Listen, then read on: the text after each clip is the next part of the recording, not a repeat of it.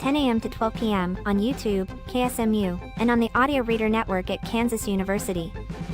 For more information, please visit us at www.blindcommunitythriftstore.com. Please stay tuned as our broadcast will start soon.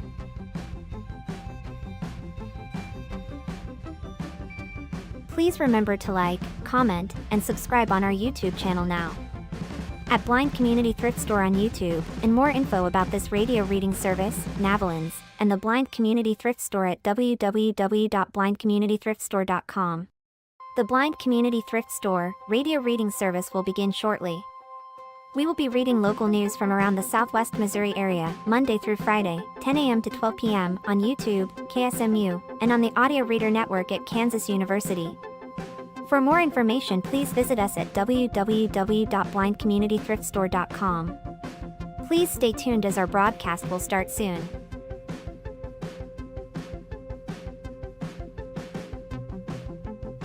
Please remember to like, comment, and subscribe on our YouTube channel now. At Blind Community Thrift Store on YouTube, and more info about this radio reading service, Navalins, and the Blind Community Thrift Store at www.blindcommunitythriftstore.com. The Blind Community Thrift Store radio reading service will begin shortly. We will be reading local news from around the Southwest Missouri area, Monday through Friday, 10 a.m. to 12 p.m. on YouTube, KSMU, and on the Audio Reader Network at Kansas University. For more information, please visit us at www.blindcommunitythriftstore.com. Please stay tuned as our broadcast will start soon.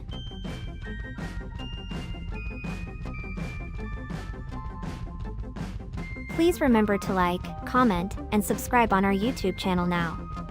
At Blind Community Thrift Store on YouTube, and more info about this radio reading service, Navalins, and the Blind Community Thrift Store at www.blindcommunitythriftstore.com. The Blind Community Thrift Store radio reading service will begin shortly. We will be reading local news from around the Southwest Missouri area, Monday through Friday, 10 a.m. to 12 p.m. on YouTube, KSMU, and on the Audio Reader Network at Kansas University. For more information, please visit us at www.blindcommunitythriftstore.com. Please stay tuned as our broadcast will start soon.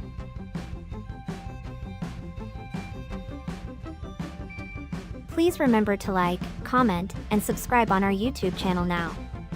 At Blind Community Thrift Store on YouTube, and more info about this radio reading service, Navalins, and the Blind Community Thrift Store at www.blindcommunitythriftstore.com. The Blind Community Thrift Store radio reading service will begin shortly. We will be reading local news from around the Southwest Missouri area, Monday through Friday, 10 a.m. to 12 p.m. on YouTube, KSMU, and on the Audio Reader Network at Kansas University. For more information, please visit us at www.blindcommunitythriftstore.com. Please stay tuned as our broadcast will start soon.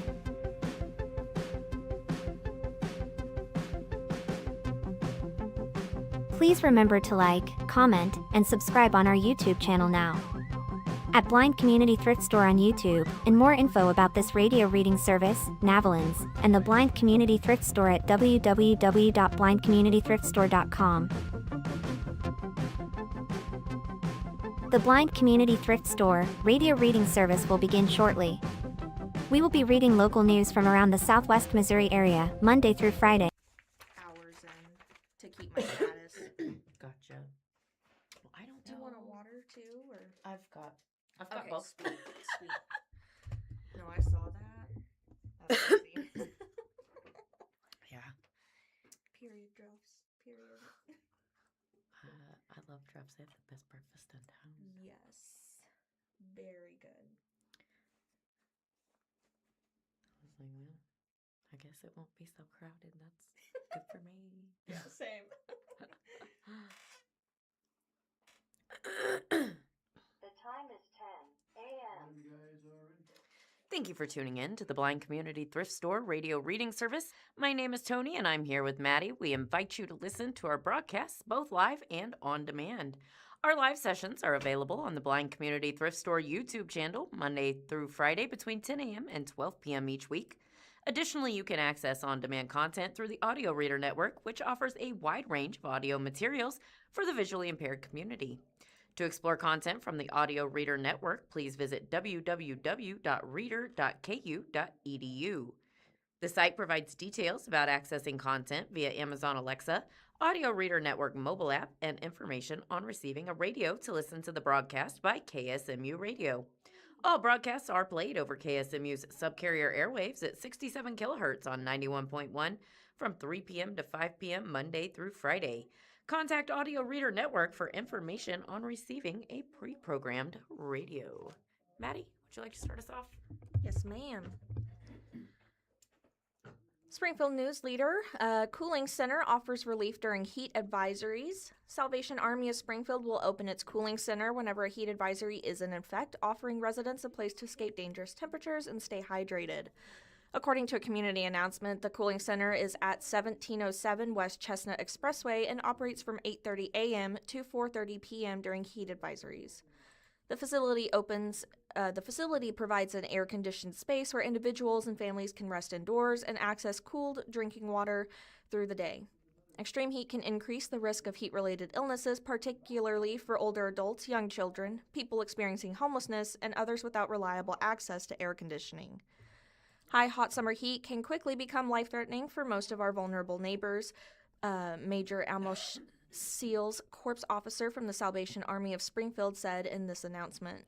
Providing a safe place to cool down, rest, and stay hydrated is one of the many ways we serve our community. During periods of dangerous heat, we encourage anyone who needs relief to visit our cooling center and take advantage of the resources available. The Salvation Army encourages anyone needing relief from extreme temperatures to use their cooling center while heat advisories remain in effect. Community members are also encouraged to check on older neighbors, family members, and others who might face a greater risk of heat-related illnesses during periods of excessive heat, according to the announcement. For more information, residents may call 417-862-5509. That is 417-862-5509. Or visit the Salvation Army Corps office during regular business hours. And Ahmed Jawadi with the USA Today Network brings us this story through the Springfield News Leader, where we talk about Missouri tax-free weekend and how it offers savings for back-to-school shopping. Families preparing for the new school year will soon have an opportunity to save money during Missouri's 2026 back-to-school sales tax holiday. During the annual 3-day event, shoppers in Missouri can purchase school supplies, clothing, computers, and other qualifying items without having to pay local and state sales tax. Here's what to know about this year's sales tax holiday. So when is it? Well, every year the first Friday, Saturday, and Sunday of August are designated by law as Missouri's tax-free holiday. So this year's holiday will begin at 12:01 a.m. on Friday, August 7th and run through midnight, Sunday, August 9th. Anyone who makes a qualified purchase may participate in the holiday, regardless of whether they're a Missouri resident and or student.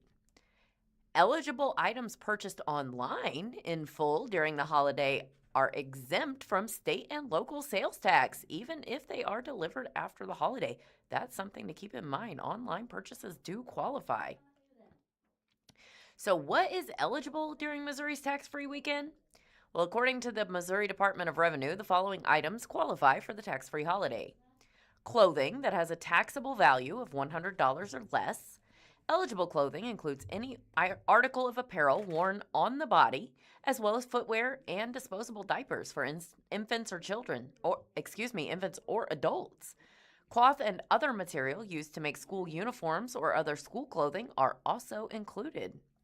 School supplies not exceeding $50 per purchase that are typically used for educational purposes. These can include textbooks, notebooks, paper, writing instruments, book bags, backpacks, art supplies, and other things. Personal computers and computer peripheral devices that don't cost more than $1,500 each. These can include laptops, desktops, display monitors, keyboards, storage drives, and printers, among other things.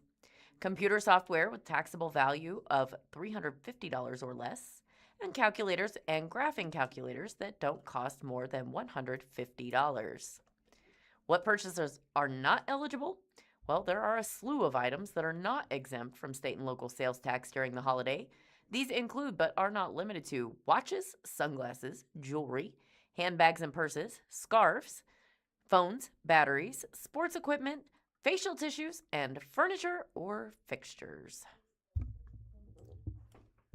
That was always a fun weekend activity with my mom when I was growing up. Going shopping. On Springfield News Leader, we have a rush of early voting in Missouri, pointing to a high primary turnout. The first day of early voting in Missouri indicates a strong primary turnout comparable to or potentially exceeding past primaries where hotly contested ballot measures drew more voters than candidate races. 4 times as many voters cast ballots in St. Charles County on Tuesday, July 21st, than on the first day of early voting before in the 2024 primary. Director of Elections Kurt Barr said. In Boone County, roughly 3% of registered voters took advantage of the opening of the no excuse absentee period, where any voter can cast their ballot through Monday, August 3rd. County Clerk Brianna Lennon said. And here we have a photo of voters lining up Wednesday morning on July 22nd, and everyone looks excited to cast their ballot. In Greene County, more than 1,000 ballots were cast by midday, Wednesday, July 22nd, at the County Clerk Shane Scholler said. That is a little less than 5% of the registered voters. Scholler said he expects a 30% turnout in this county.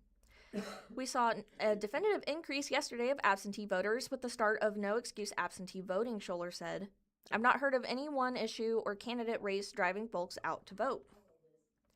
In St. Louis County, about 7% of registered voters had cast ballots by midday on Tuesday. It is too early to make a firm prediction about statewide turnout for the primary, Secretary of State Denny Hoskins said on Tuesday. Local election authorities are working on the preliminary estates now. My office will gather all that information and use it to make a statewide projection next week when all the local estimates are available.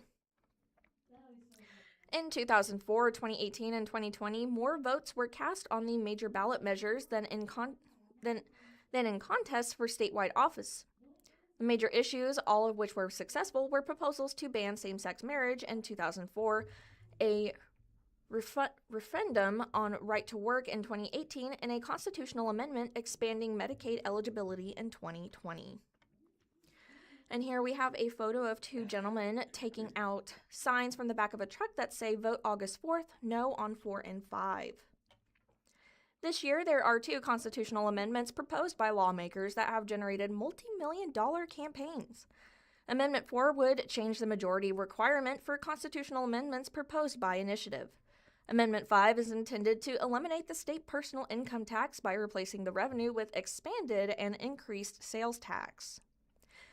In St. Charles County, there is also a heated primary for county executive in the Republican Party. As far as what's driving the turnout, Amendments 4 and 5 seem to be the biggest factors, but we can't rule out on the county executive race as also being a factor, Barr said. Another reason for the increase is likely voter familiarity with the early voting process.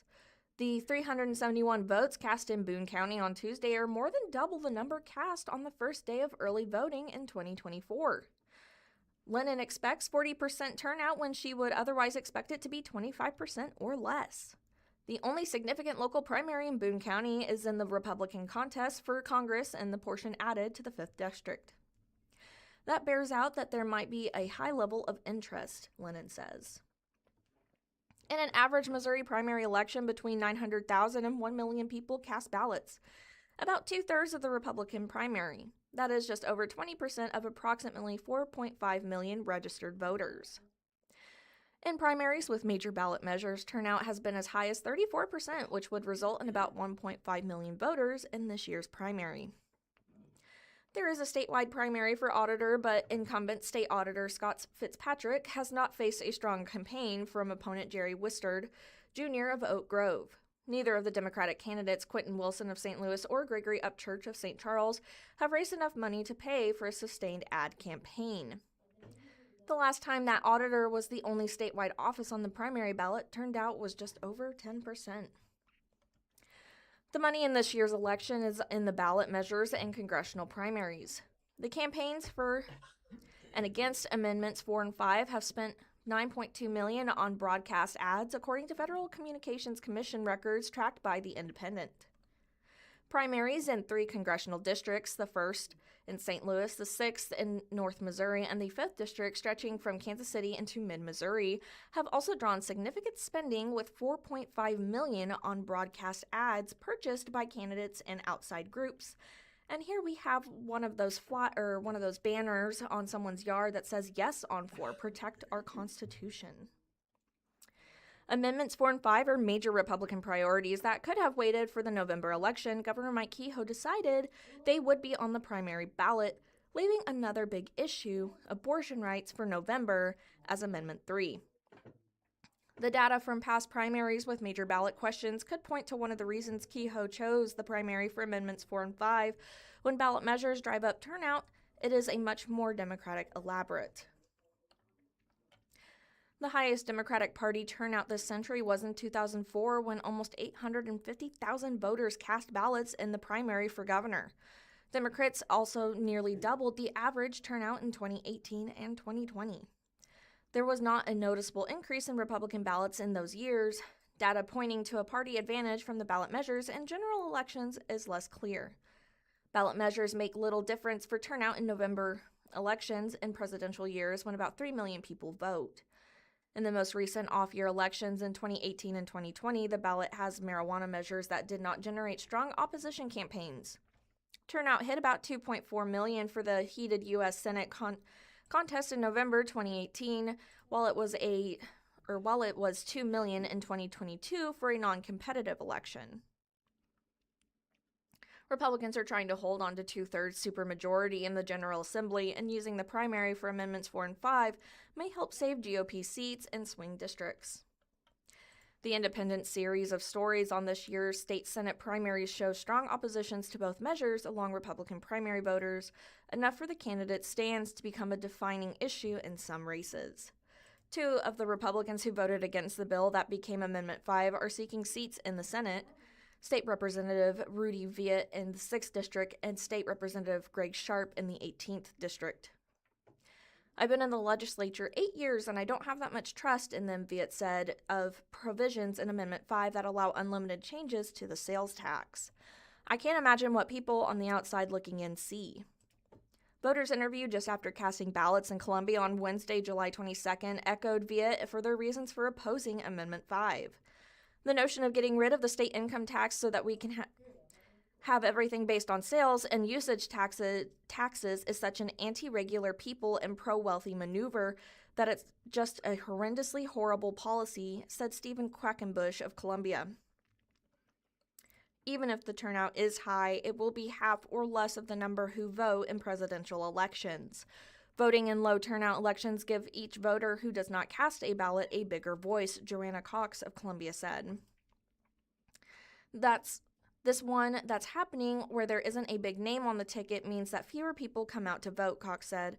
So it's really important for people to still come out and vote. And there was a drowning at the Lake of the Ozarks that claimed the life of a Springfield man this week. The Springfield Daily Citizen staff bring us this story that says a 35-year-old Springfield man drowned at the Lake of the Ozarks in Camden County early in the morning on Wednesday, July 22nd. Around 3:49 a.m., the man voluntarily entered the water from a docked boat, submerged after a short time, and never resurfaced, according to a drowning incident report from the Missouri State Highway Patrol. A dive operation was conducted by the Mid-County Fire Protection District with assistance from other local agencies. The victim was recovered and pronounced dead at the scene at 6:08 a.m., according to the report. The man's body was transported to the Allie Holman Howe Funeral Home in Camdenton. The Missouri State Highway Patrol's online reports do not identify victims of drownings or motor vehicle accident. And in other drowning news, human remains were found near Lake Springfield, believed to be those of Taylor Stauney. The Springfield Daily Citizen staff brings us this story that begins with a photo of Taylor Stauney and her children, Andrea, Sophie, and Aurelia. The Springfield Fire Department announced Thursday evening, July 23rd, that human remains were found downstream from the Lake Springfield Dam, believed to be 40-year-old Taylor Stauney. Taylor Stauney had been missing since June 14th when she and her 3 daughters went over the spillway on a kayak and inflatable tubes following days of heavy rain that created high water conditions. Aurelia Stauney, age 12, was rescued by Springfield Fire Department crews. Her 2 sisters, 19-year-old Andrea Stauney and 17-year-old Sophie Stauney, died in the accident, their bodies found days later. While formal identification remains pending, this recovery marks a significant moment in a search that has weighed heavily on our entire community, Fire Chief David Pennington said in a news release. Our hearts remain with the Stauney family as they continue to endure an unimaginable loss. Springfield News Leader says that church adds a Northeast Community Park accessible playground. Praise Assembly, a Springfield church located on the north side of town, is celebrating another milestone as it turns the empty space behind its church into a neighborhood gathering place with addition of accessible playground at Northeast Community Park. The park, located at 3535 North Glenstone Avenue, will officially unveil the playground with a ribbon-cutting ceremony at 11 a.m. Saturday, July 25th, according to the news release.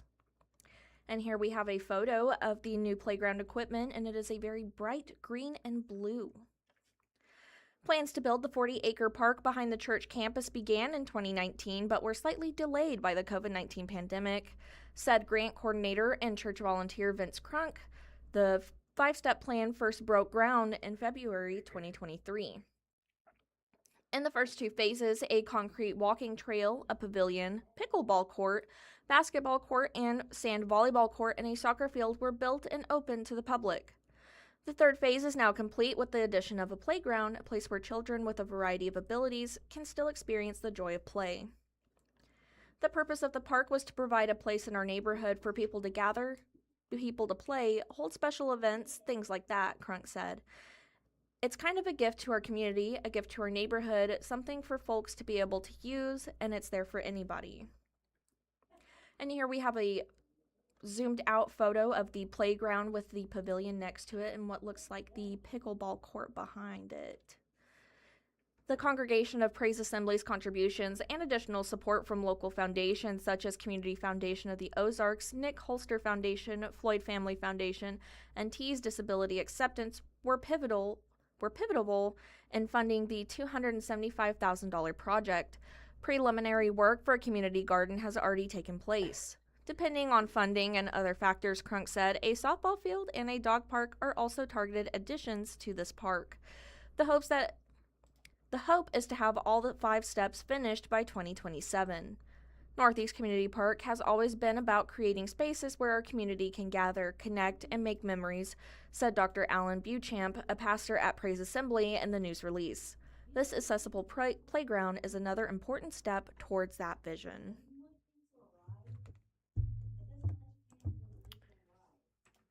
And Springfield Public Schools is set to host an annual back-to-school bash tomorrow, July 25th. Brian Smoot with the Springfield Daily Citizen says that Springfield Public Schools will be hosting its 5th annual back-to-school bash on Saturday, July 25th at the Springfield Expo Center, which is located at 635 East St. Louis Street. This year's event will begin at 9:30 a.m. and run through 2 p.m. A free lunch that's served from 10 a.m. to 1 p.m. will be provided, in addition to supplies like backpacks, groceries, and hygiene kits. The event will also include health services and connections to community resources and is open to all SPS students and families with no requirement to prove enrollment. A blue bus line stop is in front of the Expo Center. Attendees will be able to receive free Cox Health sports physicals on the upper level of the expo floor, although registration appeared to be full as of Thursday night. Also on the upper level will be enrollment into SPS, applications for free and reduced lunch, as well as a giveaway of hygiene kits and socks. The lower level will contain the bulk of activities, including backpack giveaways, a community partner resource fair, and groceries. Lunch will also be served on the lower level. There will be a random drawing that will decide recipients of additional prizes and giveaways. Attendees will be able to sign up for the drawings with the door QR code and must be present to win. A STEM and art zone will also be on the lower level with coloring pages and hands-on activities. Inflatables and Nine Square, a popular gym game, will have their own spots at the Back to School Bash. A fire truck and SWAT vehicles will be at the event as well. Well, that sounds like a lot of fun. Springfield Daily Citizen says Springfield Greene County Libraries clarify rules for bringing dogs inside their branches. Changes comply with federal laws about service animals while giving employees guidance about how to mitigate disturbances. We're starting off with a photo of Vega Boyson and Nova Boyson reading to their pet Jasper, a golden retriever, owned by Pet Therapy of the Ozarks. The Springfield Greene County Library District's updates to its conduct policies will help library workers better accommodate patrons who rely on service animals and clarify behavior expectations. Executive Director Edward Walton said the policy agenda approved by the Board of Trustees on July 21st will help establish clear expectations for animal handlers who enter one of the library's 10 branches. Dogs are not allowed inside the library's branches other than service dogs or those participating in official library events. Walton said that each library reports that sometimes people bring in animals under the guise of being a service animal, but those animals behave like pets instead of working service animals, causing disruptions. The new guidelines clarify that people with animals causing significant disruptions will be asked to leave. What we wanted to do was put some guidelines in to say people can bring in a service animal, but we have expectations of what that service animal will do, Walton said. These are behaviors that we would expect to see out of a service animal, and there are behaviors we would not expect to see. Walton said the expectations were developed with the help of library's legal counsel to ensure they were in compliance with federal laws. The new rule, as written, appears workable for people who rely on service dogs. Elizabeth Orby's son, Nathan, relies on Bo, a service dog who monitors Nathan for epileptic seizures. Nathan and Bo are regular library users, visiting branches about once a week.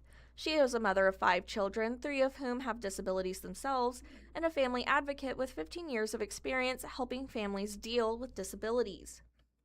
After a review of the policy, Orby said the new details won't stop Nathan and Bo from using the library and appear to be in line with federal laws regarding service animals.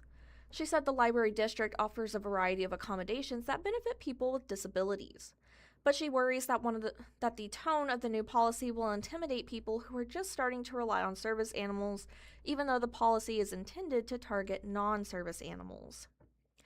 One of the biggest reasons people have service animals is to increase their independence, Orby said. Being asked to leave places when they might make a mistake or their animal makes a mistake can really impact that independence. The library is such a warm and welcoming place that allows for people on strict budgets to be able to go into the community and do things, get involved, and feel welcomed. Only dogs can be recognized as service animals according to the American Disability Act.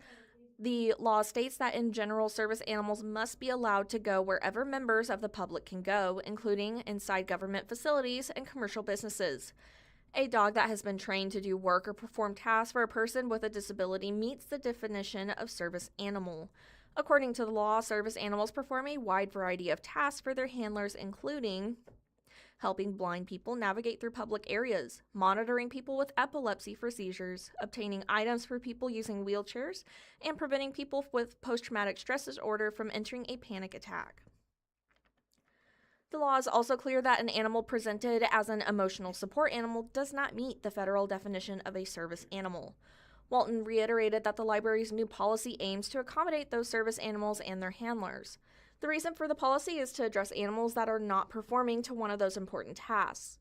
I wouldn't say extremely frequently, but it comes up often enough, Walton said. We will have people who will bring animals into the library and claim they are service animals, but then the animal does not act like a service animal. It tries to interact with other people, it plays, it does all of the things you would expect a pet to do, but we have no clue if it is actually servicing a person. But the law makes it difficult for employees to determine whether a service animal is legitimate. Service animals are not required to wear a vest, collar, or other ID that indicates that status, and no certification or training is required for public access under the law. The ADA limits the sort of inquiries that employees can make to determine whether a dog is truly a service animal. Employees can only ask 2 things. if the service animal is required because of a disability, and the jobs or tasks that animal has been trained to perform. The law is also clear that allergies or fear of dogs are not valid reasons for denying access. In general terms, a service animal cannot be removed unless it is out of control and the handler takes no action to control it, or the dog is not housebroken. Developed with the library's legal counsel, the policy is written to work in compliance with the ADA, yet sets some clear expectations for people who bring service animals into its branches.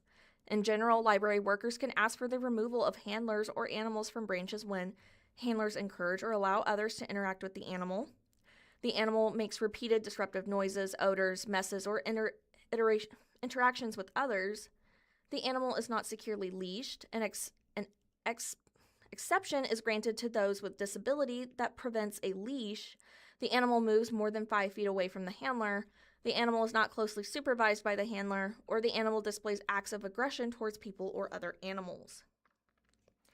The board voted 7 to 1 in favor of the new policy agenda. Board member James Nevins cast the opposing vote, saying that the policy was not worded well legally. After the vote was taken, discussion continued on the matter, with board members in Walton making additional comments. The discussion, considered out of the order according to the board policy, was halted by the board president, Aaron Jones. The continued discussion may indicate that the proposal could appear on a future meeting agenda for more discussions or refinement. Walton said Thursday in an interview that while he had not yet spoken with the board members about any potential changes, any one of the library's policies can be reworked if needed. Every policy that we have is available for future refinement, Walton said. As we learn more or we discern something that's not appropriate or we find it is infringing on people's rights, we always make adjustment for those situations.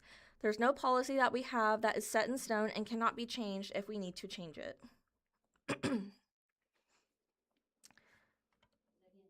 The library has done significant work over the last few years to improve access. Branches host sessions offering reading therapy dogs, which don't meet the service animal definition, but assist children with literacy skills.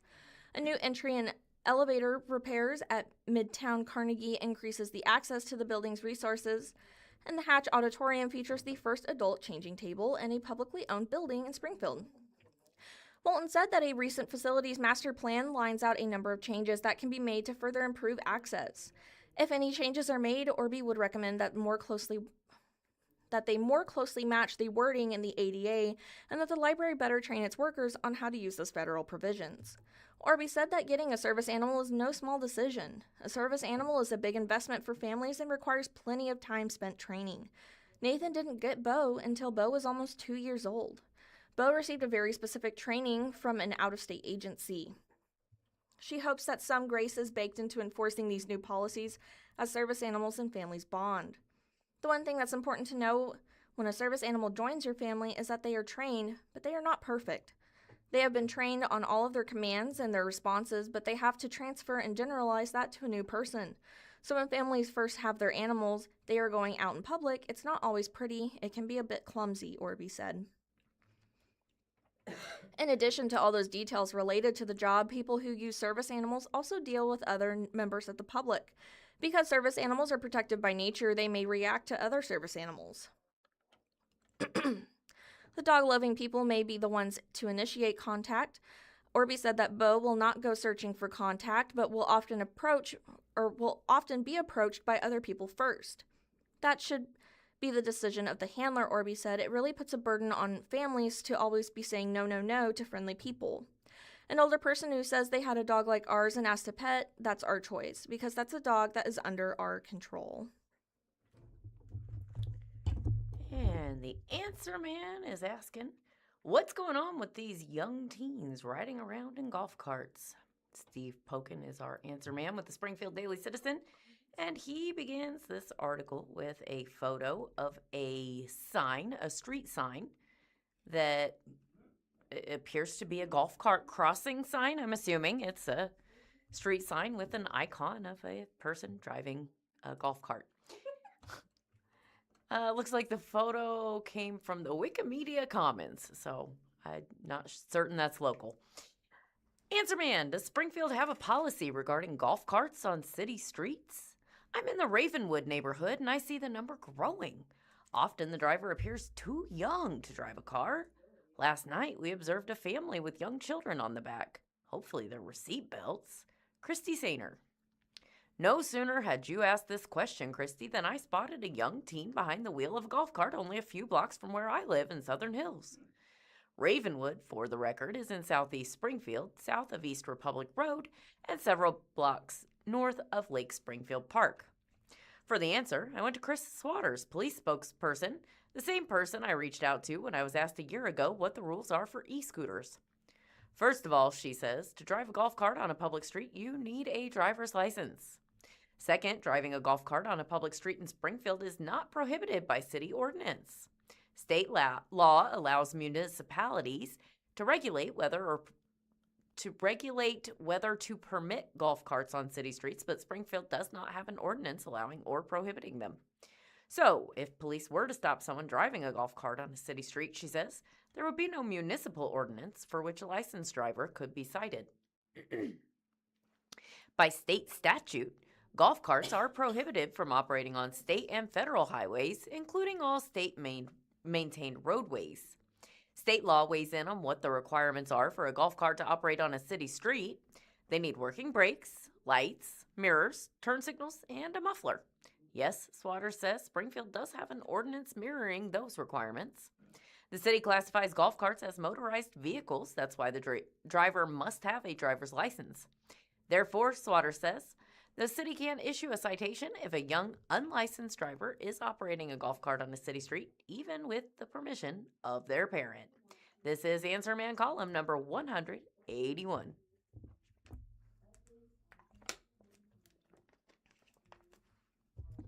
Springfield News Leader says 2 Southwest Missouri natives lead filming of Smokey and the Bandit prequel.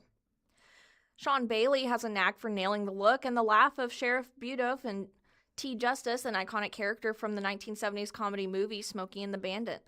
The Branson native dedicates his weekends to a tribute experience for the film called Eastbound and Down, traveling to different cities playing the part of the popular character. After decades of high demand for some sort of extension, Bailey said he teamed up with the Springfield native Doc Elliott to lead production for a Smokey and the Bandit prequel set to air on Netflix in 2027. The show is being shot about 2 hours away in Sedalia and is expected to air in May of 2027. If you look at threads on Facebook and the internet, and people have been crying for something else from Smokey and the Bandit, Elliott said. It's so popular still to this day, and so the great thing about this project is it's already got a fan base. Smokey and the Bandit is a 1977 film starring Burt Reynolds, who plays the main character nicknamed the Bandit, and also features Sally Field, Jerry Reed, and Jackie Gleason, and Mike Henry. The prequel series is set in 1976, a year earlier than the movie, and centers on the backstory of Buford and Jr. It'll begin with Buford's 1976 re-election campaign win. The plan was to shoot the show in Branson, but the area lacked the old-school vibe necessary for the 1970s. Sedalia, a small city sandwiched between Kansas City and Columbia, ticked that box and welcomed the film crew to do the work that they desired. And here we have a photo of Sean Bailey and Doc Elliott led the charge for Smokey and the Bandit prequel series set to release on Netflix. Looks like they're on set and they are smiling for the camera. We did look at some areas that were outside of Branson and Sedalia. It just kept being right there at the top of the list, Bailey said. Everything about it had the feel, the vibe, and just talking with the locals and the administrators in Sedalia, they just really came together nicely. Elliott grew up around cameras his whole life. His father, Jack, was the weatherman and anchor for Channel 10, now known as Kohler, in the 1960s and 70s. He recalled spending time in the studio, fueling an early calling to television. In 1980, Elliott moved to Hollywood to pursue her career as a stuntman. After a successful career doing that while also writing and directing for 4 decades in the entertainment capital of the world, he returned to his native Southwest Missouri in 2022 on a mission. My goal was to bring some production back to here and do some projects back here, Elliott said. I wanted to bring that dynamic back here and do some projects where it could benefit the community. Bailey had been in contact with Universal Pictures about Eastbound and Down tribute's work and was exploring the possibility of either another movie or a TV series. The two sides eventually landed on the series idea in 2025, as having multiple episodes seemed more promising. Bailey knew Elliot was in the area and asked him to be a part of this team. And here we have a photo of Doc Elliott sitting in his producer's chair, and it looks like they are filming inside of an office. Originally hired as a stuntman, Elliott was slotted into directing duties as well. We had a little bit of director change, and Doc has directed previously, Bailey said. He had also worked with Hal Needham, and it was just a perfect fit to be able to bring Doc not only doing stunts, but to jump into the director role and continue the vision that everybody had set forth with Smokey and the Bandit, keeping it true to the movies. Elliott and company have already shot several stunt scenes, with plenty more filming to be done in the coming months. For him and Bailey, this is more than filming a show. Working on home turf, they're pushing the limits of production in Missouri to serve a fan base desperate for more of a classic. Combining the two makes this a passion project. The fan base is already there, and so now, since the marketing is out a little bit and the buzz is out and we're starting to film, people from all over the world are contacting us, thanking us, and they cannot wait. We've had thousands and thousands of letters and emails and instant messages and texts from all over the world just going, "We cannot wait for this project to be out, especially for Smokey and the Bandit enthusiasts." And Ozarks Castle's owner is preparing for a final event with the sale pending. Marta Mays with the Springfield News Leader says the halls of a 13th century style castle just outside of Fordland in Christian County will be transformed for a masquerade ball for the last time later this year, as the owners who built the Chateau Charmant say their final goodbye. The castle at 1700 Martins Branch Road was listed for sale in mid-June for $1.5 million. Dubbed Chateau Charmant, French for charming castle, the fairy tale structure spans 10,400 feet and sits on 66 acres of land. It includes a large chapel space that can hold about 200 people, a bride and groom space, 2 living suites, restrooms, and ample storage. The grounds include a courtyard with a life-size chessboard, a Rapunzel tower, and gravel parking. Bonnie and Robert Palmer, alongside their daughter, built the castle from the ground up in the 2000s, with the space hosting its first wedding in 2010. Now, the Palmers are ready to retire. Throughout the years, the castle and the couple have become a staple of the local community. They have hosted several themed events benefiting charities and local children and promoted historical education. In total, more than $30,000 has gone to local children in need and charities through the Palmers' nonprofit functions. "That's what our events were. They were to benefit our community," Bonnie Palmer said. "But who truly benefits our community are the tender hearts of the people that live here, because it wouldn't happen if they didn't attend an event." Now, with the sale pending, a final event is scheduled as a way for the Palmers to say goodbye, raise money for a local baby, and introduce the community to the new owners. The castle will host a mystery masquerade ball from 7 to 11 p.m. Saturday, October 10th. Bonnie Palmer described it as one of her simplest events, offering a dinner from Chef Roland Parney, music, and dancing. Tickets are available online at strideevents.com, with the event benefiting Gideon Shinawark, a local baby born prematurely and currently battling hydrops. The event will also be a way for the Palmers to introduce the new owners to the community. With the sale still pending, the buyers are remaining private. Although the masquerade will be the last event put on by the Palmers, the castle will still provide the backdrop for the annual Monster Ball VIP event on October 16th, put on by the Palmers' real estate agent, Austin McGee. For the past 23 years, the castle has been home for Robert and Bonnie Palmer, who occupy the Western Tower. As the two enter retirement, Bonnie said it is emotional to enter a whole new phase of life. "I love the castle. I'll always love the castle," Bonnie said. The couple will now move to Rogersville, though Bonnie said she is not planning to slow down any in retirement and expects to remain involved in the community through various betterment associations. With experience writing several mystery dinner theaters she put on at the chateau, Bonnie also has her sights set on writing her own books, all about the castle and how the family built it. "You know, people say that they want to retire and do nothing. I cannot imagine," she said. "But I'm not a sit-arounder and do nothing. I have to do something, and I love to write. I've been writing for years, but I've never published anything. I just did it for the castle.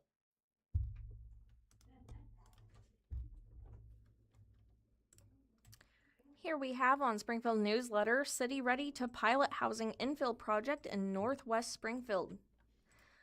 Springfield is ready to experiment with bringing missing middle housing projects to city-owned and unduralized lots. A solid proposal already has been explored for 3 lots in the heart of the West Side neighborhood that could be used as a pilot to showcase what a larger-scale program could entail in the future. Local leaders frequently have stressed that the Queen City is in need for more quality, diverse housing, with City Council addressing the issues through various policy actions.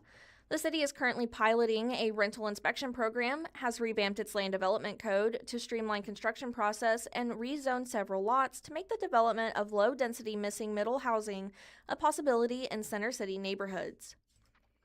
Missing middle refers to housing that falls in between single-family homes and large, multi-level apartments. Now, a program that would develop more of this housing in local neighborhoods is ready to be piloted.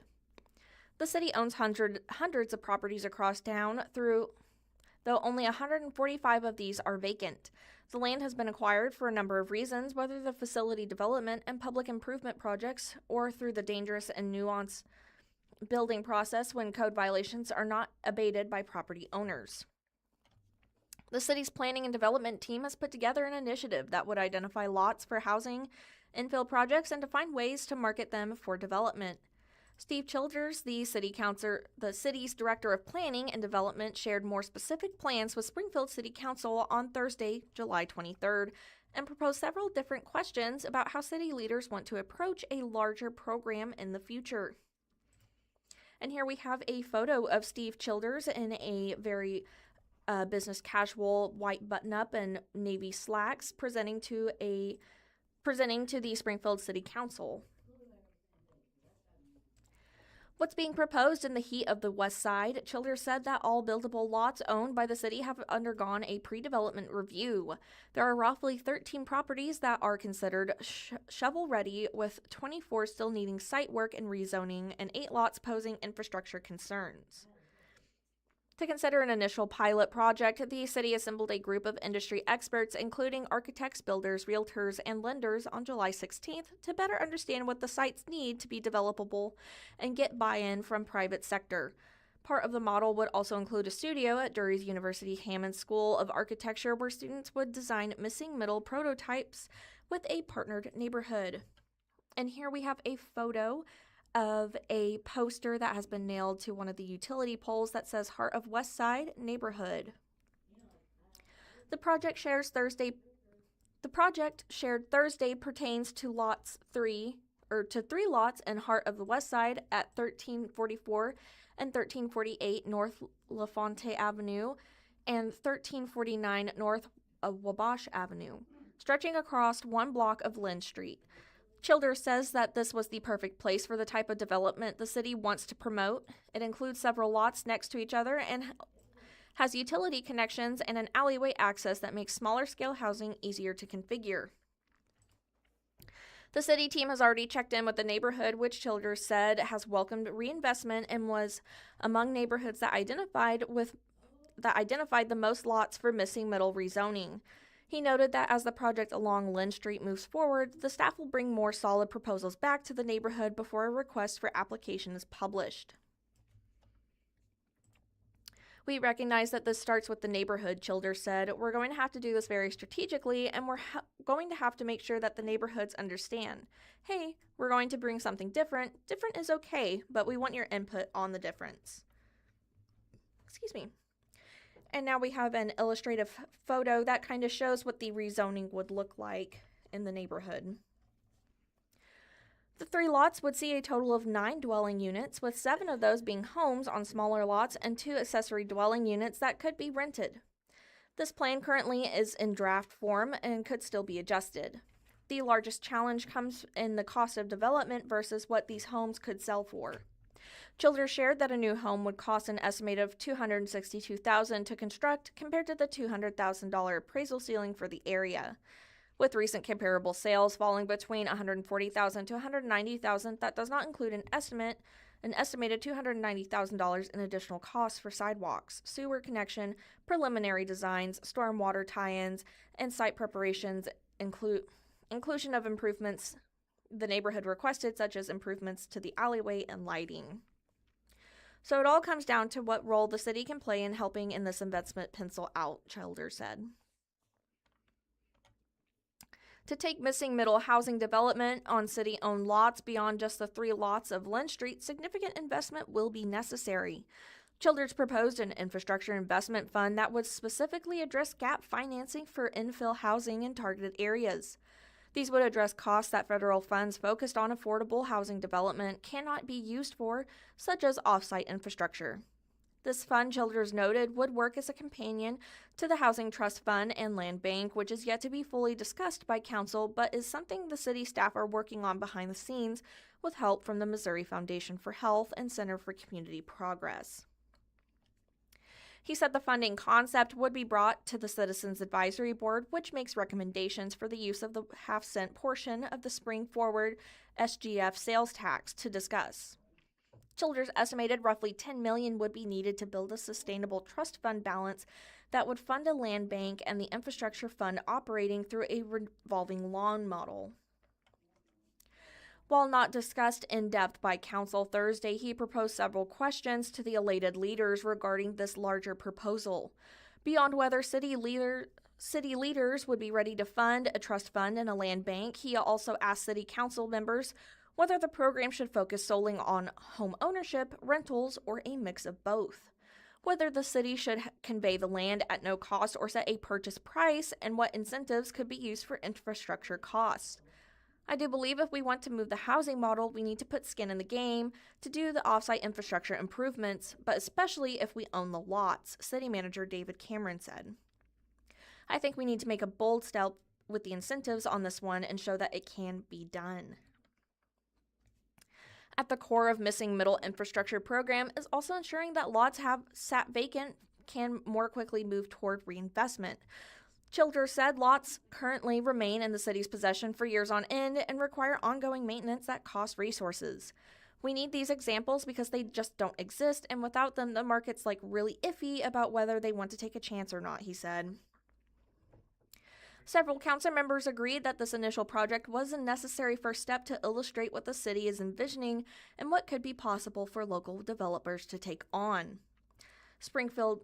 Northwest Springfield is ready for this type of investment, said Councilwoman Monica Horton, who expressed her support of a larger program focused on incentivizing housing infill.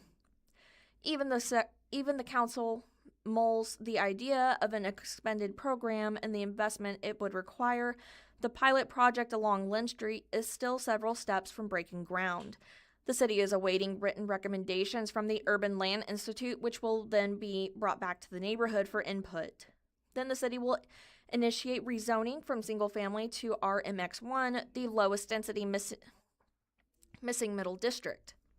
Childers told the news leader the rezoning likely would have occurred already if included in the transition to the new zoning map, but council chose an alternative rezoning map that only rezones single-family residential lots identified for missing middle along major streets. Once the rezoning is final and jury students present designs, the project will be released for developers via request for application. We want to thank you for listening to the Blind Community Thrift Store Radio Reading Service. Come by and see us in person with daily deals at 2713 North Kansas Expressway in Springfield, Missouri. Veterans receive a 25% discount every day, providing significant savings as a token of appreciation for their service.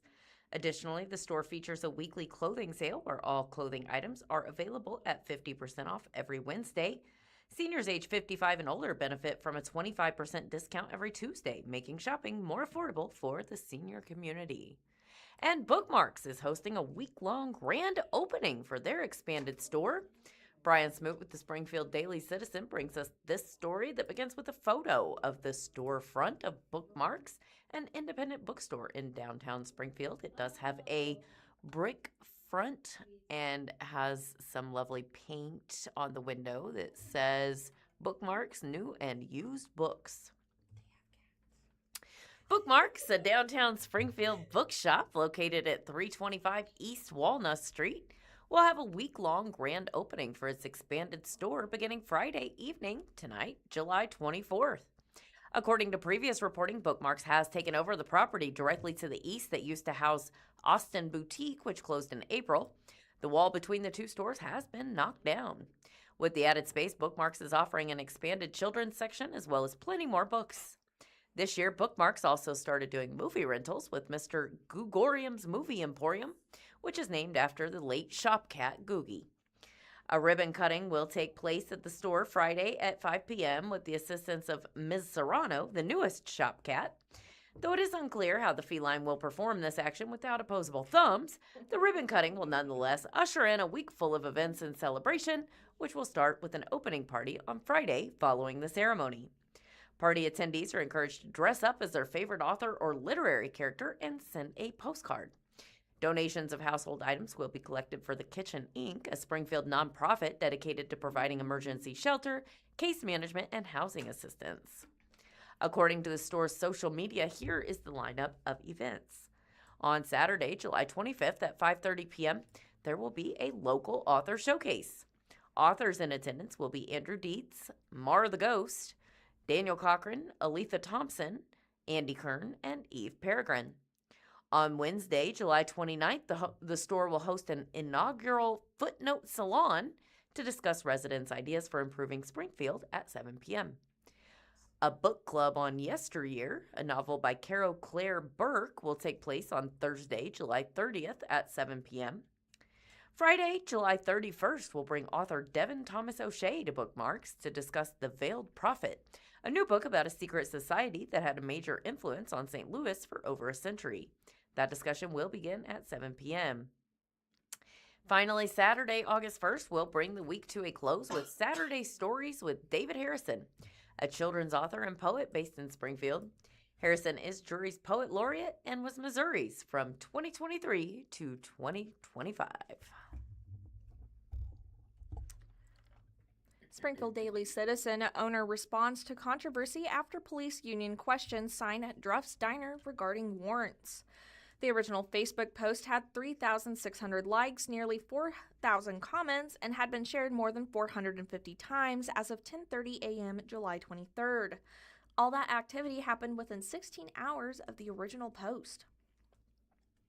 We start with a photo of the front of Druff's Diner, and it looks like right next to the door, it has a sign that says, "All law enforcement officials do not enter without a lawful judicial search warrant."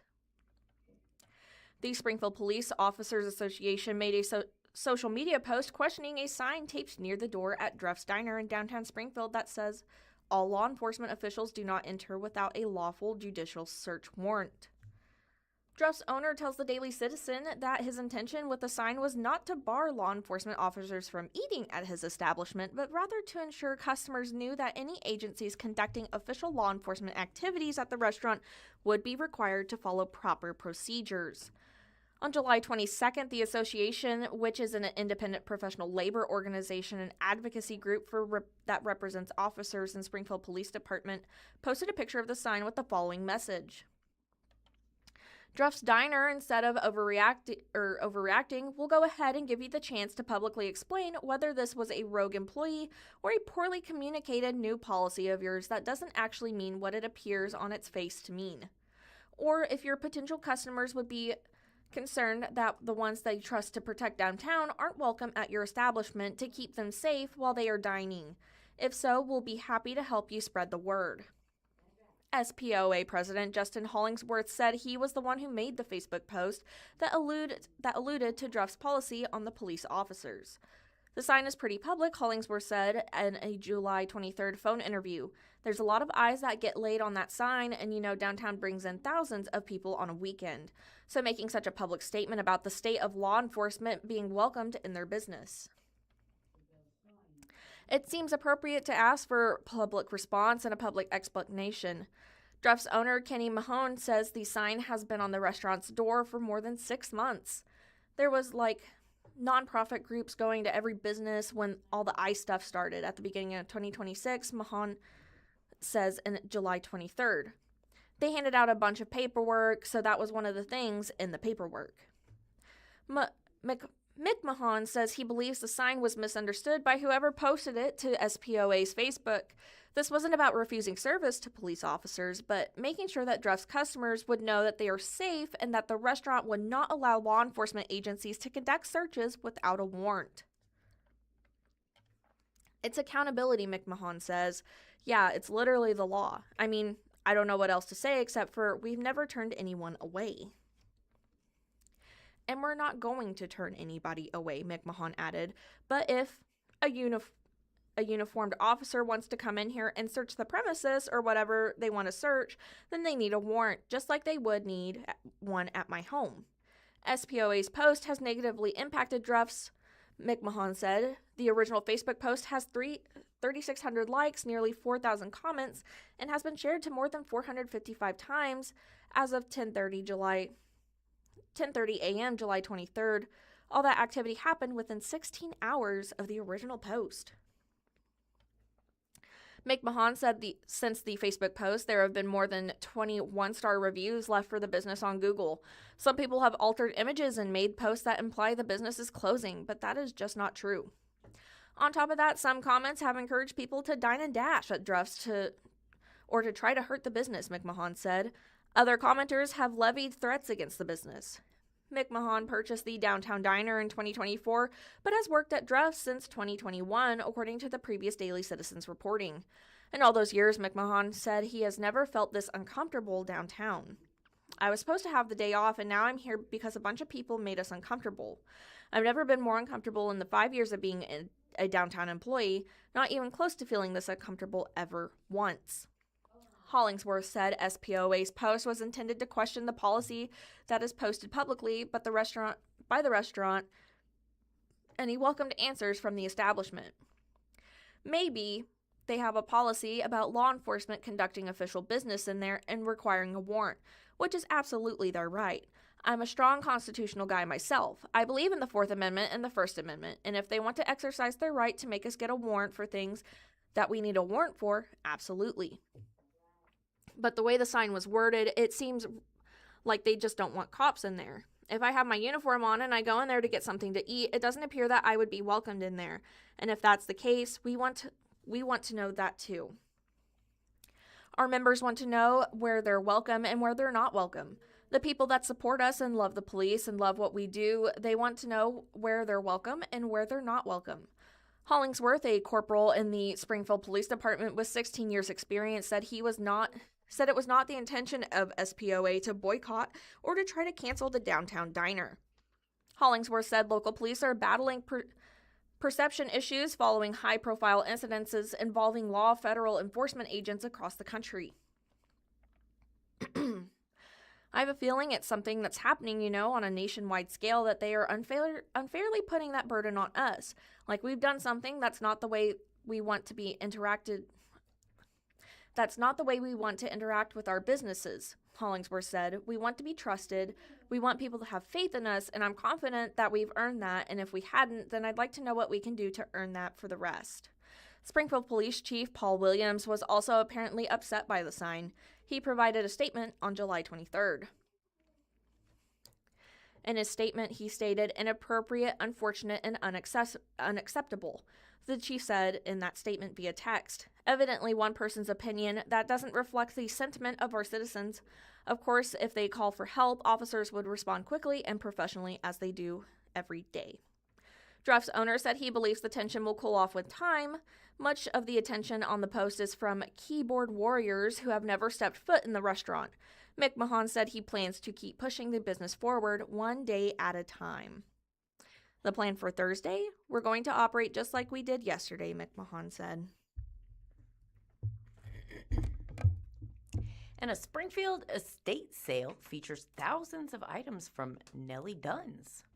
Chris Meglio with the Springfield News Leader says one of Springfield's most iconic antique stores is the subject of a final sale more than 20 years after its closure.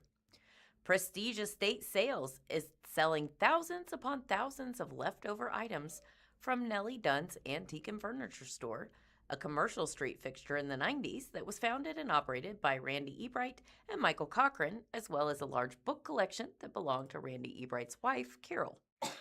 Carol Ebright died in August 2025, and her husband died in March of this year. Tim Seifert, owner of Prestige Estate Sales, said it will be the biggest sale we do all year. Following is a photo of the original Nellie Dunn's Antique Furniture Store sign that will be among more than the 10,000 items up for sale. It is a very weathered sign. It clearly took some dents and dings over the years hanging outside there on Commercial Street. A lot of stuff you just don't see every day, Cypher said. There's a lot of local Springfield history here, so yeah, just all around a wonderful sale. Among the collection up for the sale is the original Nellie Dunn's neon sign, pocket watches and jewelry, slag uranium glass, pre-1940s marbles, and sterling silver materials. Seifert said it's difficult to describe all of the items because of the abundance being sold.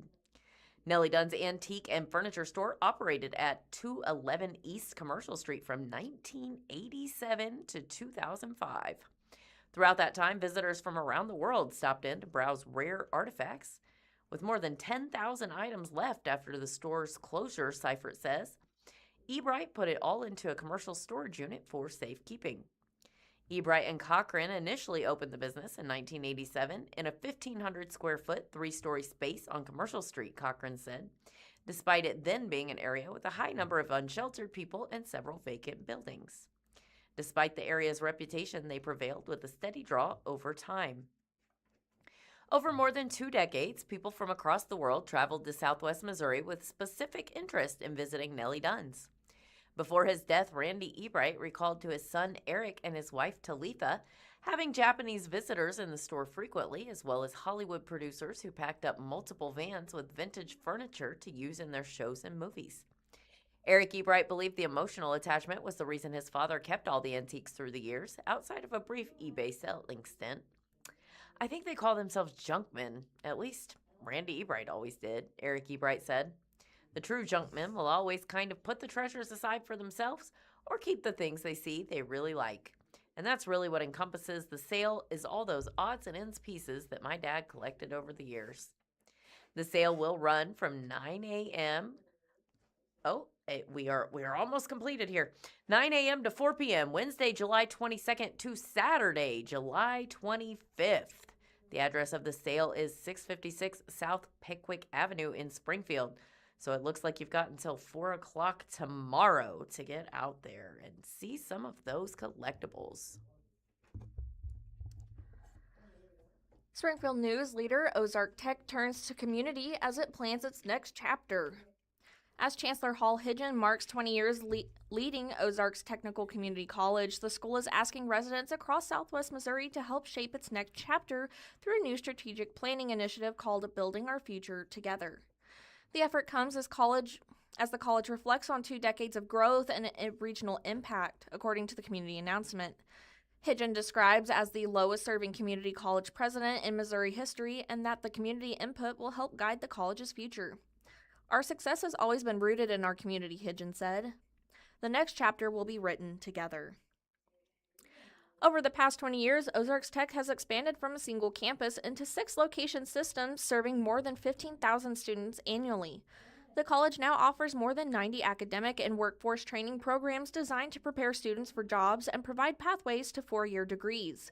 According to the announcement, the college maintained its growth through the Great Recession and COVID-19 pandemic while emphasizing fiscal responsibility and partnerships with employees and local communities. Workforce and healthcare expansion. Ozarks Tech has invested heavily in manufacturing, technology, and healthcare training, areas the college said in the announcement that are critical to meeting workforce needs across Southwest Missouri.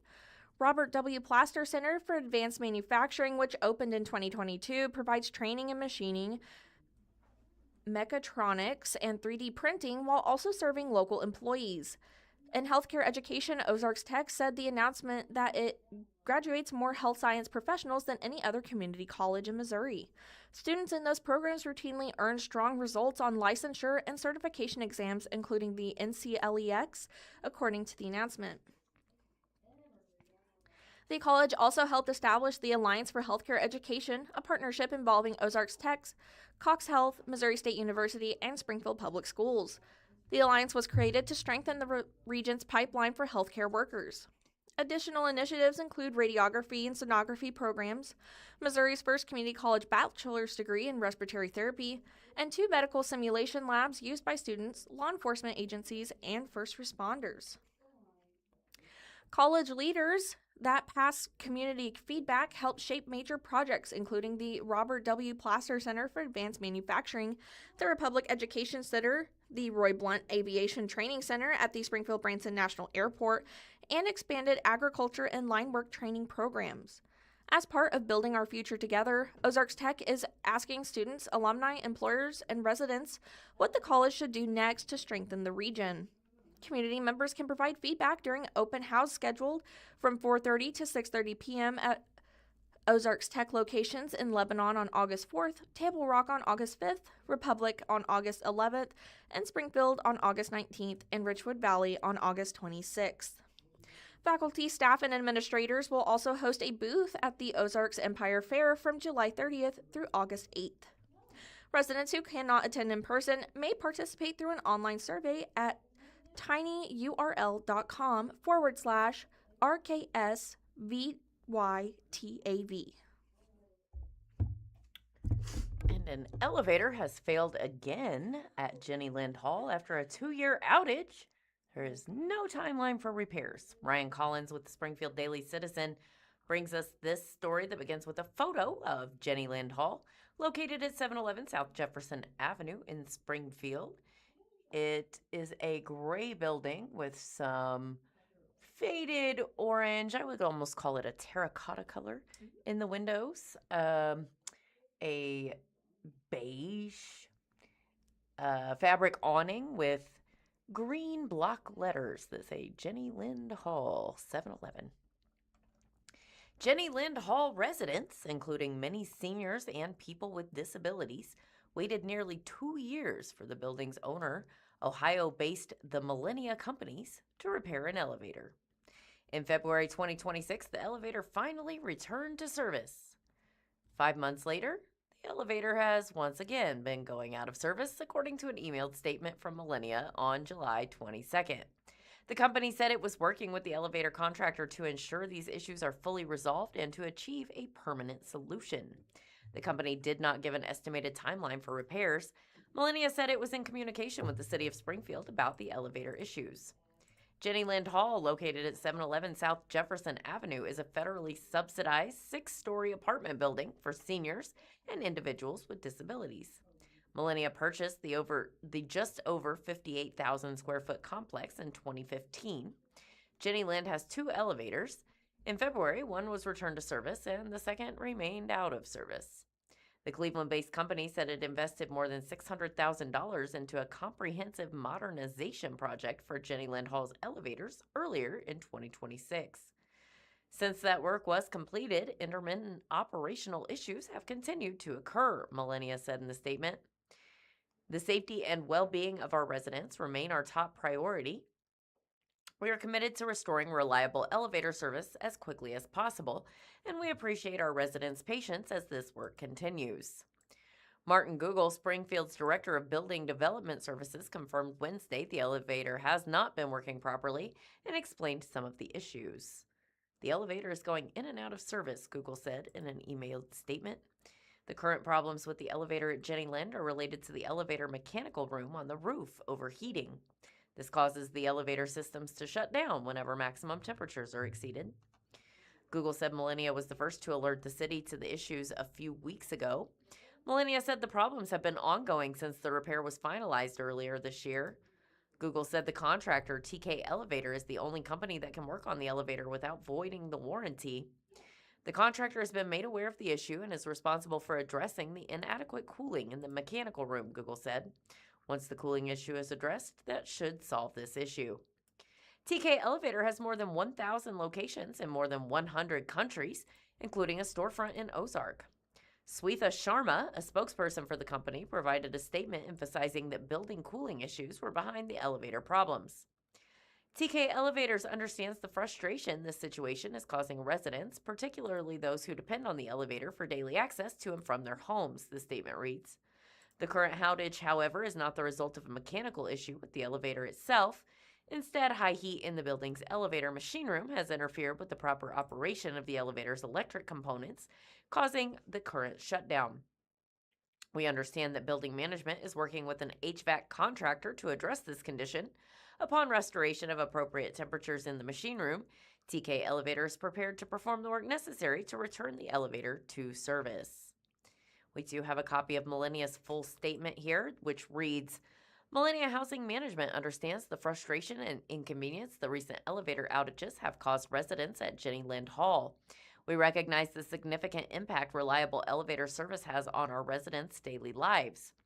Earlier this year, the elevators underwent a comprehensive modernization project, representing an investment of more than $600,000. Since that work was completed, intermittent operational issues have continued to occur. We are actively working with the elevator contractor to ensure these issues are fully resolved and to achieve a permanent solution. We also remain in communication with the City of Springfield throughout this process. The safety and well-being of our residents remain our top priority. We are committed to restoring reliable elevator service as quickly as possible, and we appreciate our residents' patience as this work continues. I don't know about you, but I heard a lot of buck passing. Here on Springfield News Leader, we have families joining a panel shaping pediatric care in Springfield. Children's Mercy with Mercy has launched a patient family advisory committee in Springfield to help shape pediatric services and improve the experience for families seeking specialized care closer to home. In its first meetings, members have begun providing feedback to leaders and providers, including in the partnership according to a community announcement. The 6-member committee includes parents and community representatives whose experiences reflect the challenges many Southwest Missouri families face when traveling to larger cities for pediatric specialty care. One member, Lauren Jones, said that her family routinely traveled to Kansas City and St. Louis so her brother, who has profound hearing loss and uses a cochlear implant, could see specialists. My parents frequently had to take time off work to take my brother to see specialists in bigger cities, Jones said. Even as a child, I knew that this was hard on my family. When I heard about the work Children's Mercy and Mercy were doing to enhance pediatric specialty care in Springfield, I knew I wanted to be involved. If I can provide any kind of perspective or advice that helps families who find themselves in a similar situation, I feel like I've made a difference. Jones is Clinic Director of Speech and Audiology Services at the MSU Collaborative Care Clinic, where she works with patients transitioning between healthcare services at Missouri State University and within the Springfield area. Children's Mercy began recruiting advisory committee members in Ozark after the organization's announced plans to expand pediatric care across Southwest Missouri. The committee held its first meeting in April of this year. Debbie Schwarzkopf, Chief Administrator Officer for Children's Mercy, said that patient and family voices are essential as facilities and services expand. These groups ensure patients and their family members have a voice at the table, Schwarzkopf said in the announcement. Their experience and perspectives are vital as we design and build pediatric clinics and expand our hospital services. The committee's responsibilities include educating the public about available pediatric services and providing feedback as the two health systems continue working to continue building out care options in Springfield.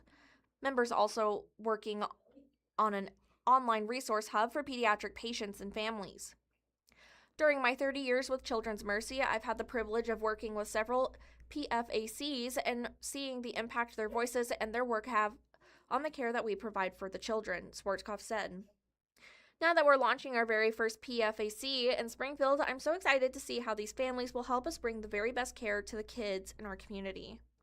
Committee members included are Stacy and Dustin Atwood, Ashlea Carden, Stephanie Honhessy, Lauren Jones, and Shannon Nevins. Partnership continues to add services. Mercy and Children's Mercy formally launched their pediatric care collaboration in August. According to the announcement, the goal is to improve coordination among providers, support local clinicians, and increase accessibility to specialty pediatric services closer to home. Children's Mercy assumed management of several hospital-based pediatric services in November, including pediatric inpatient care, pediatric intensive care unit, neonatal intensive care unit, and pediatric surgery, pediatric emergency services, and pediatric outpatient procedures. The partnership also is developing the Children's Mercy with Mercy O'Reilly Pediatric Center on Mercy's South Campus in Springfield. A ceremonial beam signing event was held on May 12th to mark construction progress on the two-story, 40,000 square foot outpatient facility. When completed, the center will house Mercy Primary Pediatrics and Children's Mercy Pediatrics specialists in one location. And we have several obituaries this week, beginning with Heide Erna Bloom Parker Kelly. On June 15, 2026, Heide Erna Bloom Parker Kelly passed away peacefully in her sleep at Buffalo Prairie Care Center. Those arrangements are being handled by Green Lawn Funeral Home North. Charles Gordon McCann, age 94, passed away on July 18, 2026. Those services are being arranged by Gorman Scharf Funeral Home and will be held tomorrow at 11 a.m. at All Saints Anglican Church. Byron Buster Hinkle, aged 85, passed away July 16th. Arrangements are provided by Pitts Chapel, and those services were held on July 17th at 11 a.m. at Pitts Chapel. John David Niederwimmer was born July 21st, 1957 in Sedalia, Missouri, and he passed away, this is buried here a little bit. I do not have a date that he passed. Services will be held at the Gorman Scharf Funeral Home at 1947 East Seminole on Saturday, August 1st. Visitation will be at 10 a.m. and services at 11 a.m.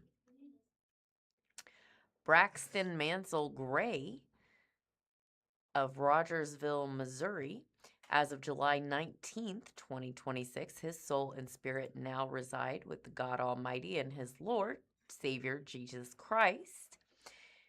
Memorial service will be held tomorrow, 3 p.m. on Saturday, July 25th at Crafton Cantrell Funeral Home in Aurora, Missouri. Burial will be held later at Maple Park Cemetery.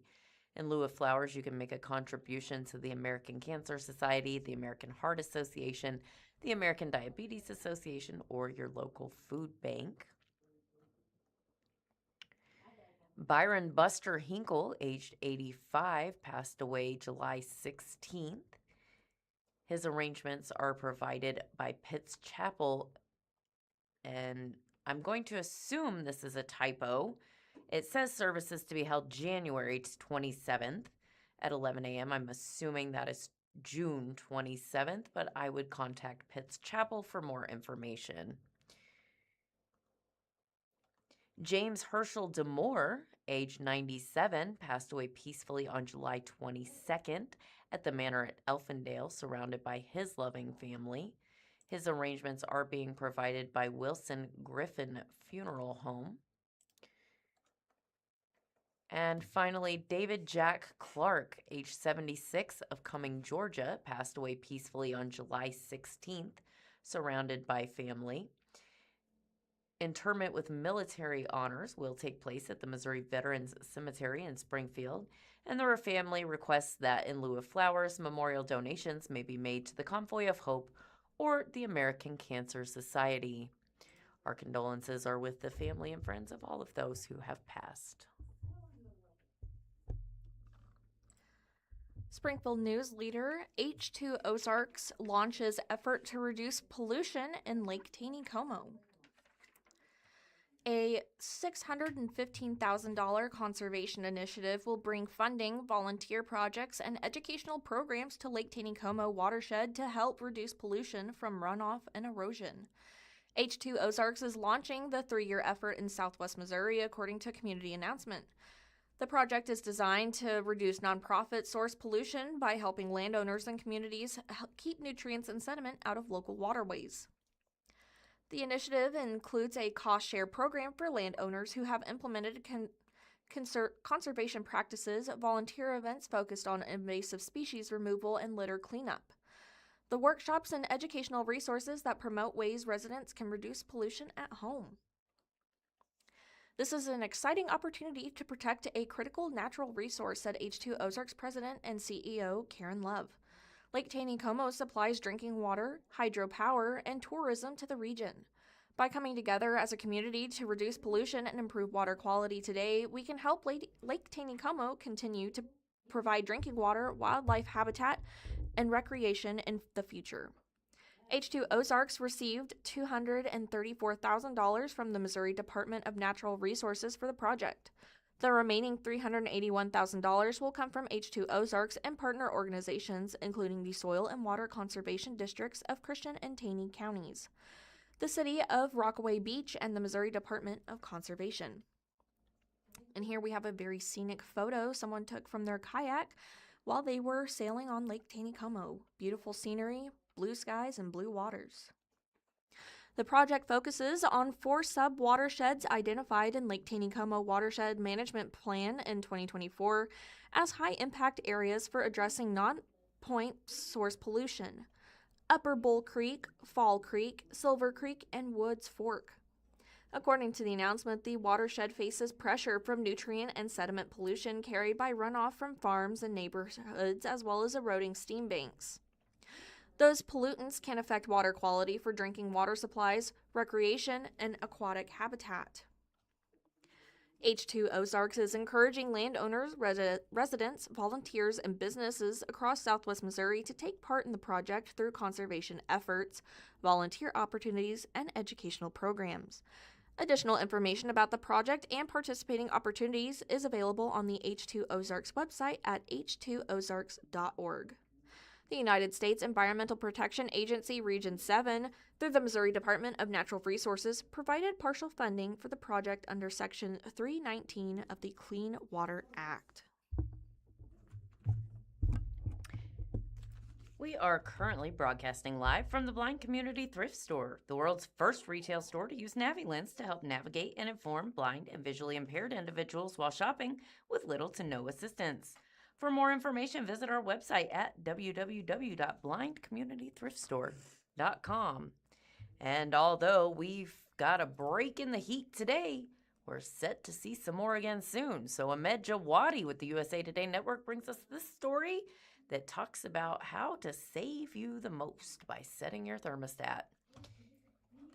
With Missouri seemingly experiencing a heat wave every other week, it's safe to say this year's summer will be one for the books. Although temperatures across most of the state have been closer to seasonal averages lately, hot and humid weather is expected to return starting Saturday, July 25th. The National Weather Service predicts temperatures will reach anywhere from the mid-90s to around 100 degrees Fahrenheit beginning Sunday, July 26th, with heat indices possibly reaching up to 110 degrees Fahrenheit in some parts. With temperatures climbing, it begs the question, what's the ideal temperature for your air conditioner that won't break the bank? Here's what to know.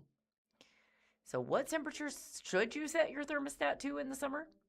The best temperature to set your air conditioning is 78 degrees Fahrenheit when you wake up, according to the U.S. Environmental Protection Agency's Energy Star program.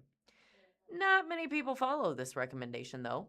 A Consumer Reports survey found that the average temperature Americans keep their thermostats set to is about 71 degrees Fahrenheit.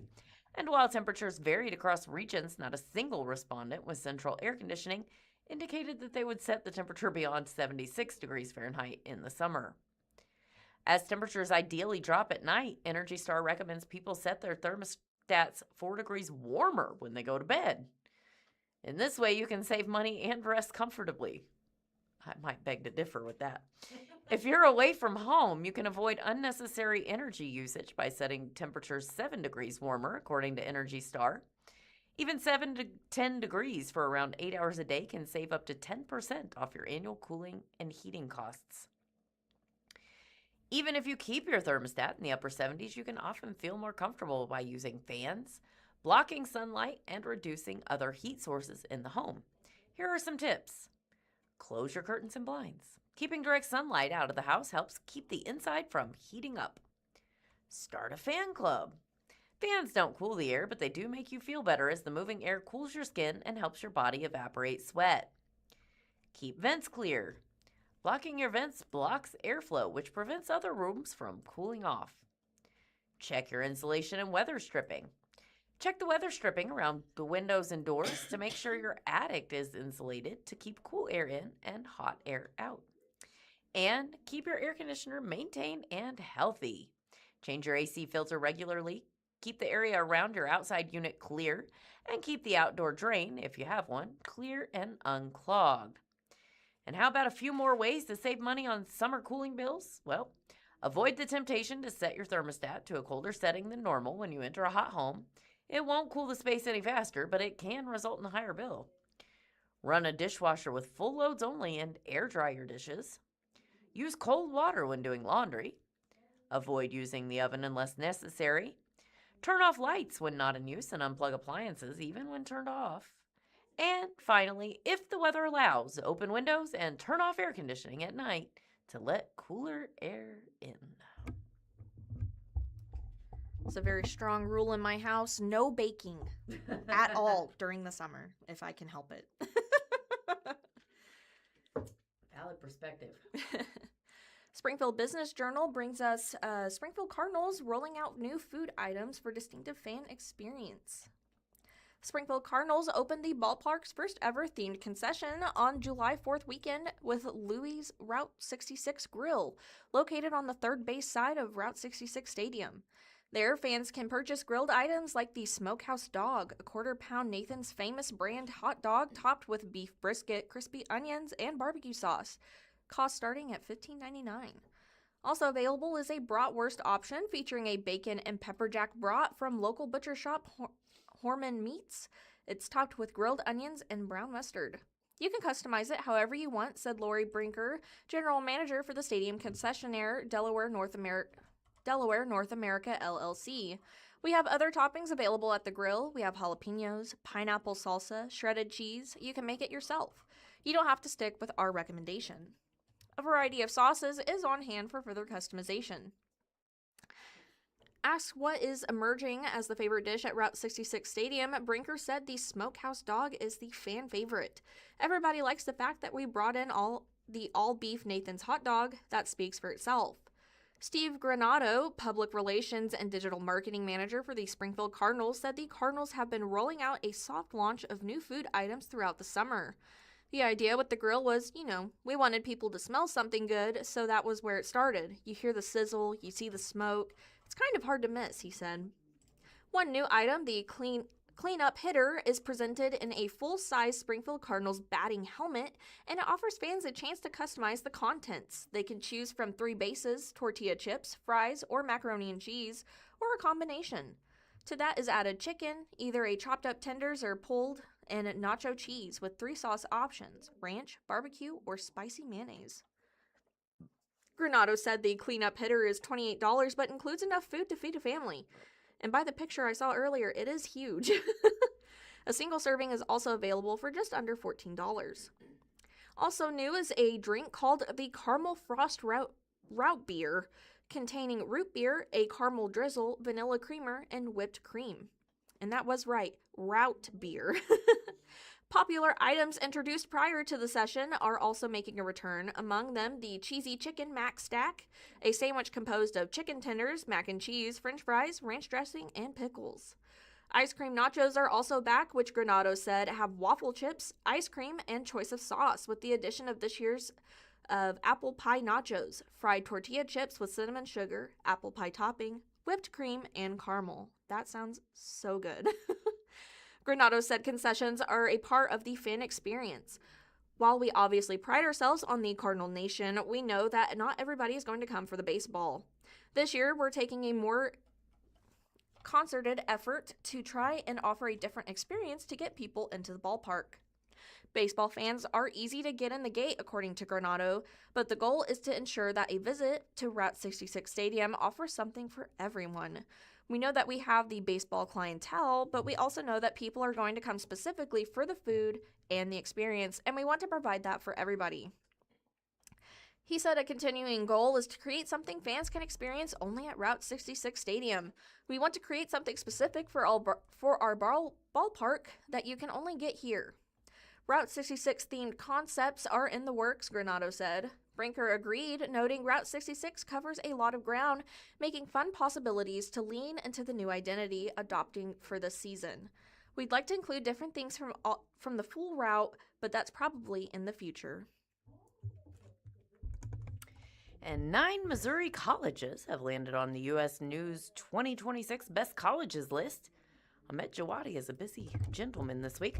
He brings us this story, too, through the USA Today Network and Springfield News Leader, and says, whether you're looking for a large SEC campus, a private university, or a growing research institution, Missouri offers no shortage of highly ranked colleges.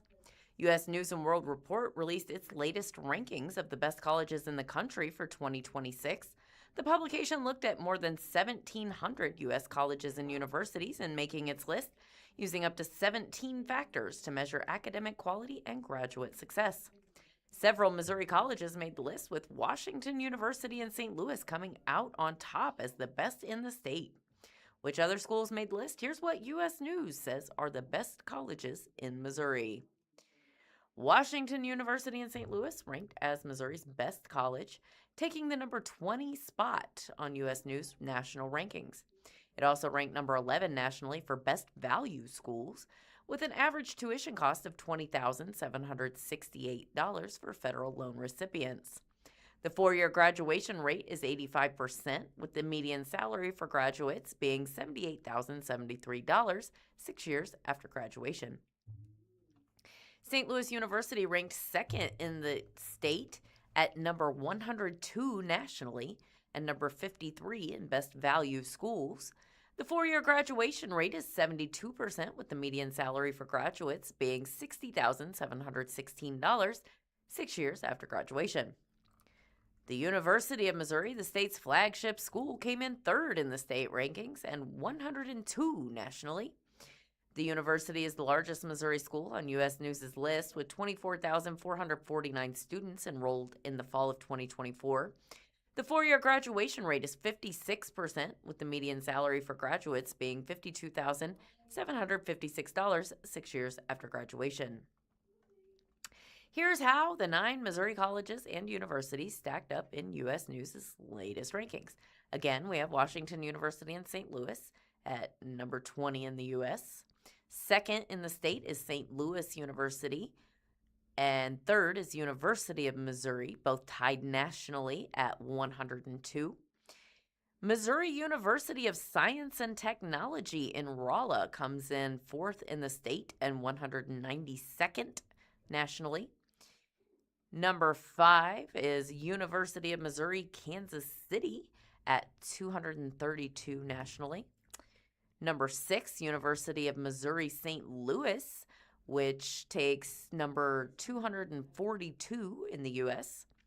Number 7 in the state, Maryville University of St. Louis, which takes 283 nationally. Number 8 here in the state, Missouri State University here in Springfield, which takes number 358 on the U.S. list. And finally, number 9 in the state, William Woods University in Fulton, coming in, we have a range here, numbers 395 to 434 in the U.S. Congratulations to Washington University in St. Louis. Beautiful college up there, by the way. Speaking of colleges, Drury received $65K grant for gifted camps. Drury University received a grant to support its long-standing camps for intellectually gifted students. The Schneider Foundation has supported the camps for more than 25 years, and the new grant is for $65,000. Started in 1981, Drury Center for Gifted Education provides programming for area students in preschool through grade 12. There are also learning options for families and educators. The gifted programs are called Summer Pals, Summer Quest, and Summerscape, but the Drury Leadership Academy. Most of the programs are during the summer, but Drury also offers day-long enrichment events in the fall and winter. Drury officials say nearly 600 students have participated this year alone. Giftedness does not guarantee success, said Mary Potoff, director of the Center for Gifted Education. In a July 21 news release. The Schneider Foundation has supported Drury Center for Gifted Education for more than 25 years because they feel a responsibility to nurture and cultivate gifted students. In the release, former camper Amanda Moorhead said the experiences have impacted her life and added her son, niece, and nephew have attended. I can't overstate the importance of those friendships or how much of that program added to all of our lives, Moorhead said. What you all are doing is such a gift. Drury said the first gift from the Schneider family was in 1967, and the foundation has provided more than $1 million over the years. Some changes are likely coming to Springfield Trash and Recycling Collection. Marta Mees with the Springfield News Leader brings us this article today that says Springfield's trash and recycling collection system is likely to see some changes. The city revealed proposed revisions to the section of city code that governs trash services Tuesday, July 21st, which seek to improve collection services and information for residents while cutting down on nuisance and litter. The city has been reviewing the waste management system in the Queen City for more than a year. Studies conducted last year revealed nearly half of the waste sent to the Noble Hills Sanitary Landfill could have been recycled, yet cost and lack of awareness stand in the way of more Springfieldians diverting their waste via recycling. As landfill use continues to increase, the city wants to improve trash and recycling collection overall, and a way to do that is by updating Chapter 94, the section of the code that dictates how trash and recycling collection works. Since the beginning of the year, city staff have held several public input sessions and held direct conversations with local haulers and industry representatives to explore ways to improve the system. Now, the proposed changes that have come as a result of research and public feedback are ready for review.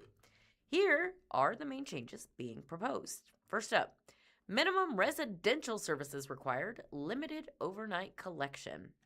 The new code would require all residential haulers to provide a minimum level of service that includes weekly trash collection and bi-weekly recycling collection. Each week, residential collection would be required to occur on the same day for a particular address. According to the city's preview of changes, this would help residents know what level of service they can expect while still allowing individual haulers to offer additional packages and services. The changes would also limit overnight collection near residential areas. Collection within 100 feet of residentially zoned properties would be prohibited between 11 a.m. and 6 a.m. Limited exceptions would apply for mixed-use areas and during emergencies, weather events, and holidays. Occupied residential dwelling units would be required to have weekly trash service, which would give the city a clearer path toward addressing properties where trash is not being properly managed. All residential haulers would be required to offer curbside recycling for common materials such as tin, aluminum, and steel cans, mixed paper and cardboard, and plastics numbered 1, 2, and 5. While currently residential haulers are required to provide voluntary recycling services, this is not done so consistently across the community.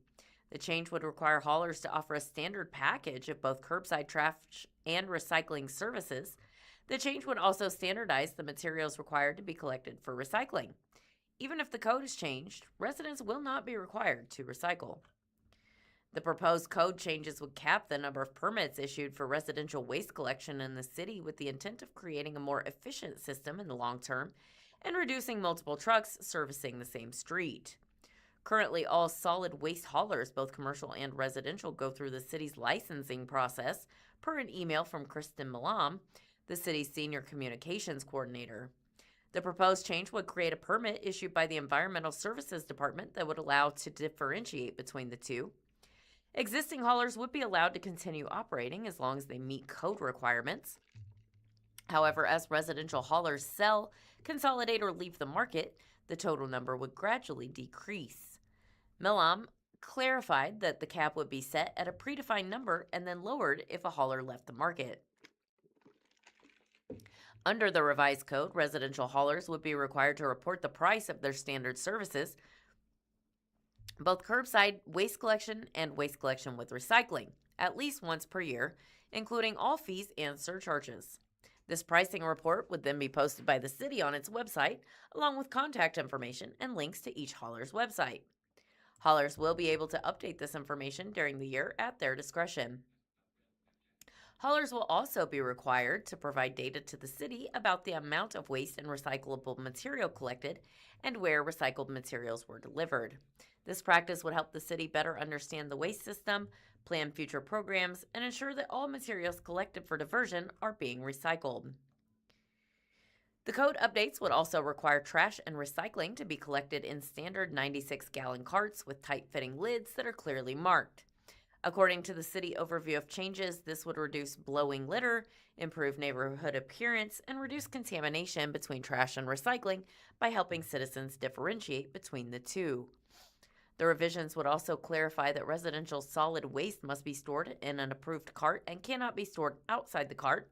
Exceptions would apply for bulky item collection and for trash services during Christmas time. Under current code, containers for solid waste are not standardized, and using plastic bags to store waste temporarily for collection is allowed. This also will go hand in hand with the requirement that haulers use fully or semi-automatic collection vehicles, both to improve efficiency and safety. The changes to code would also provide a way to enforce when waste loads are not properly covered or secured via an additional fee. This would help reduce litter from vehicles traveling to disposal or processing facilities. The city also this year launched a dedicated year-round litter cleanup to improve Springfield's appearance.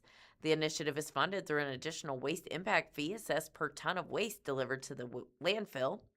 The full list of proposed changes can be found on www.springfieldmo.gov/trashcode. Comments will be collected via an online form there at that website through August 16th. Springfield City Council is anticipated to review a final proposed ordinance this fall, according to a city news release. Here we got a couple of new businesses. One of them spotlighting Daddy's Coffee and Sweets. A longtime photographer made a career shift with the July 7th opening of Daddy's Coffee and Sweets, LLC. The mobile coffee business is owned by Shannon Alexander, who said startup costs were roughly about $30,000, adding he has 2 baristas on staff in addition to himself. He has owned Shannon Alexander Photography for about 20 years, but said maintaining that is probably not in the plan. The coffee trailer will primarily be in the parking lot of Retro Discount City near the intersection of North Glenstone Avenue and East Sunshine Street. Alexander said he worked out an agreement with Mike Clem and Market Street Liquidation, LLC, for undisclosed terms to utilize a portion of the lot. The menu for Daddy's Coffee and Sweets includes a mix of hot and cold drinks, including espresso, frappes, lattes, loose leaf and iced tea, and Italian soda. It also features cinnamon rolls locally made by Bread Smith, while Battlefield-based Copper Canyon coffee roasters supply coffee beans and syrups, Alexander said. Drink prices generally range between $2.30 to $6.80. Pretty cheap for the market these days. We also have Pup Taxi. Drew Bradley is the founder of Pup Taxi, a Springfield-based company that provides vehicle transportation for dogs. Launched on June 17th with the help of investors, Bradley said the first vehicles have been purchased and outfitted to transport dogs with rides booked via its website. A mobile app is in the final testing stages, he said. The company has an air-conditioned shuttle van to transport up to 4 dogs and airline-grade kennels. A 2018 Ford Focus has also been modified to create a padded, climate-controlled cabin. Bradley said the service can be booked to safely transport dogs of any size. They just can't be aggressive. To veterinary and grooming appointments, daycare services, and boarding facilities. The minimum fare is $25 plus mileage. Rides can be booked within a 50-mile radius of Springfield. Bradley said startup costs were less than $20,000, and he is in the process of looking for more drivers. He is the primary driver during the initial phase to ensure quality and make tweaks. Pup Taxi is doing business under EJL Acquisitions LLC. You can ring them at 417-895-0498, or you can visit their website, puptaxi.com. And last, under the spotlight, we have Movino Winery. Paul and Jenna Fulbury, a Bolivar couple with a common love of wine, launched Movino Winery on June 5th. Teehee Winery also includes event space on the 22-acre property the Fulburys purchased in 2022 at 4681 South 140th Road in Bolivar. Movino Winery is contained within a 2-story, 10,000 square foot building on the property.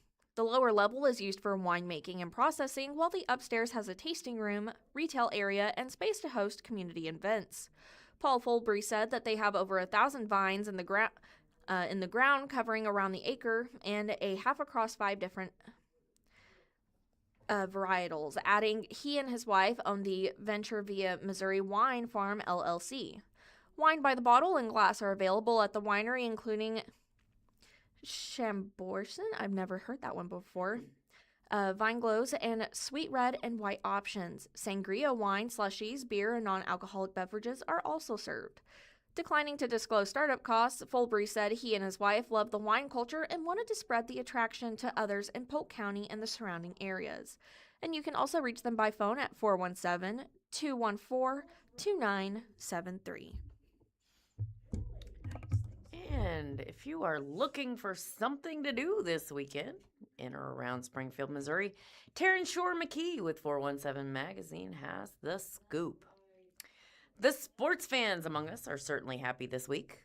The FIFA World Cup wrapped up with an incredible finale. Congrats to Spain on the win, and specifically the wild finish. MLB is back after the mid-season All-Star break. The PGA Open crowned a winner, and Formula One heads to Budapest this weekend. If all that has you in the mood to catch a game yourself, it's a great time to head out to Route 66 Stadium and cheer on the Springfield Cardinals. The team kicks off a home series early next week. Meanwhile, summer is quietly shifting gears.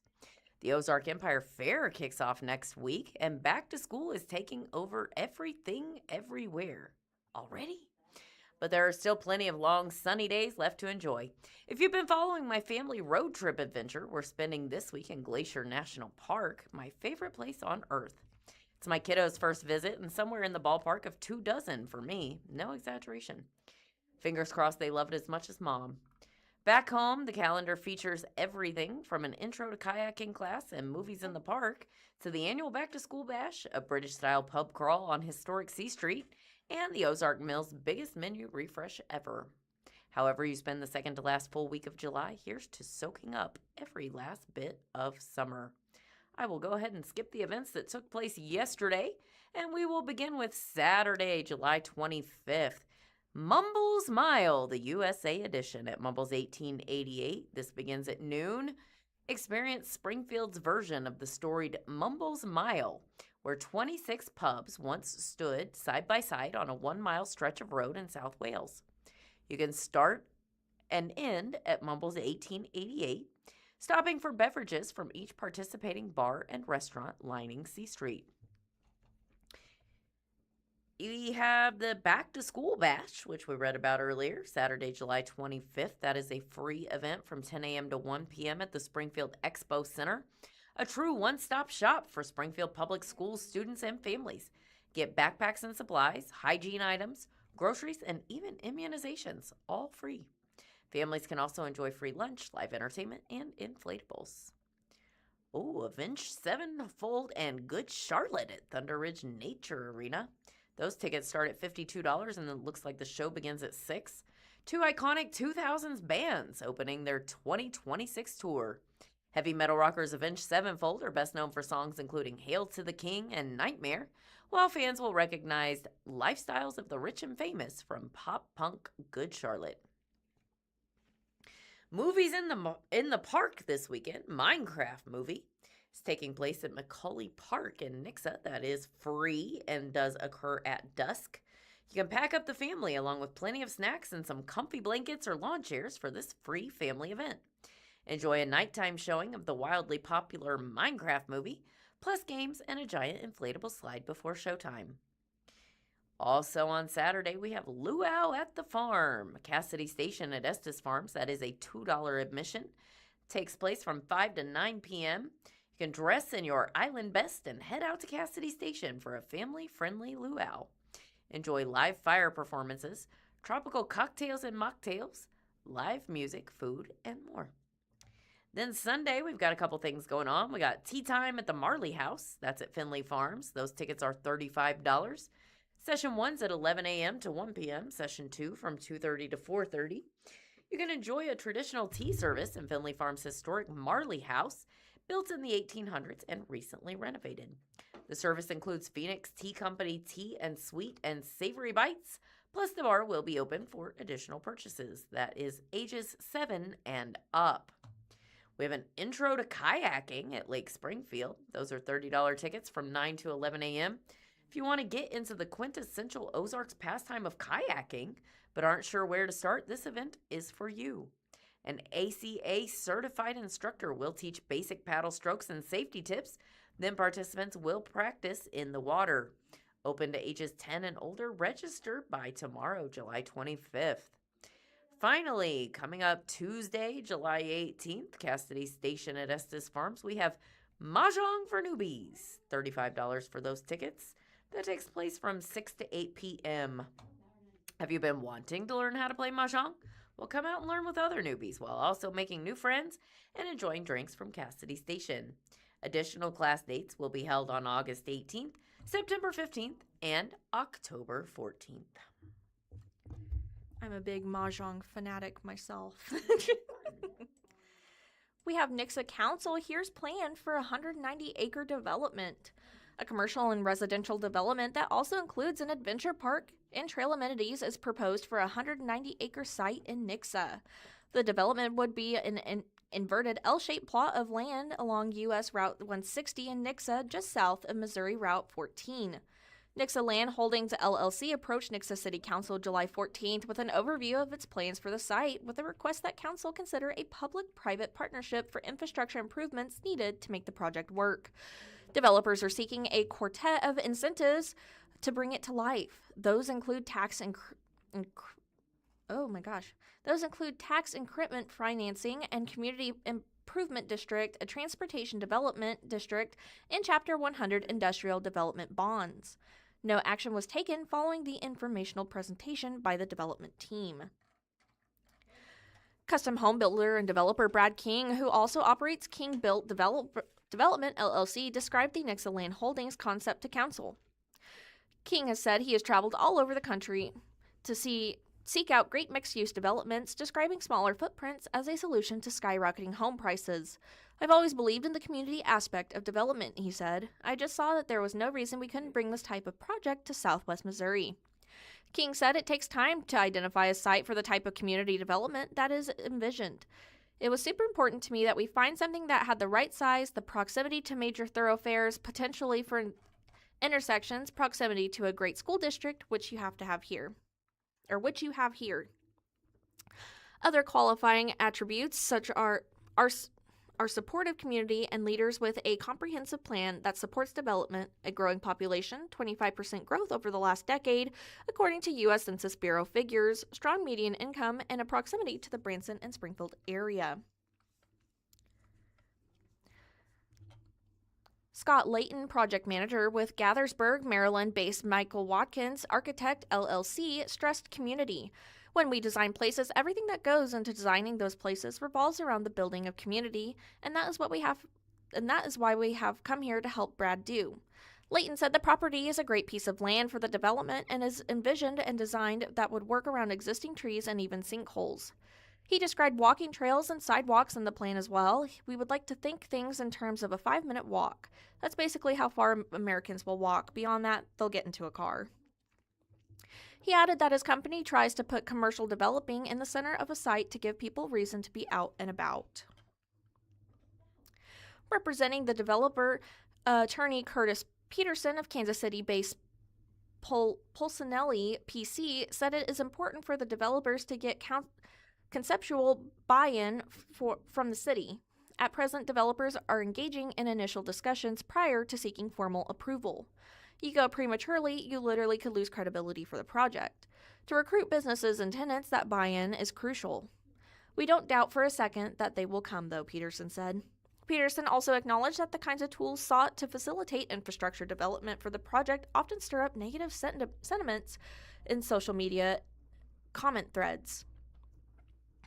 Peter is also the attorney for Andy's Frozen Custard, which is in the process of seeking Chapter 100 bonds from the city of Springfield to construct a new headquarters.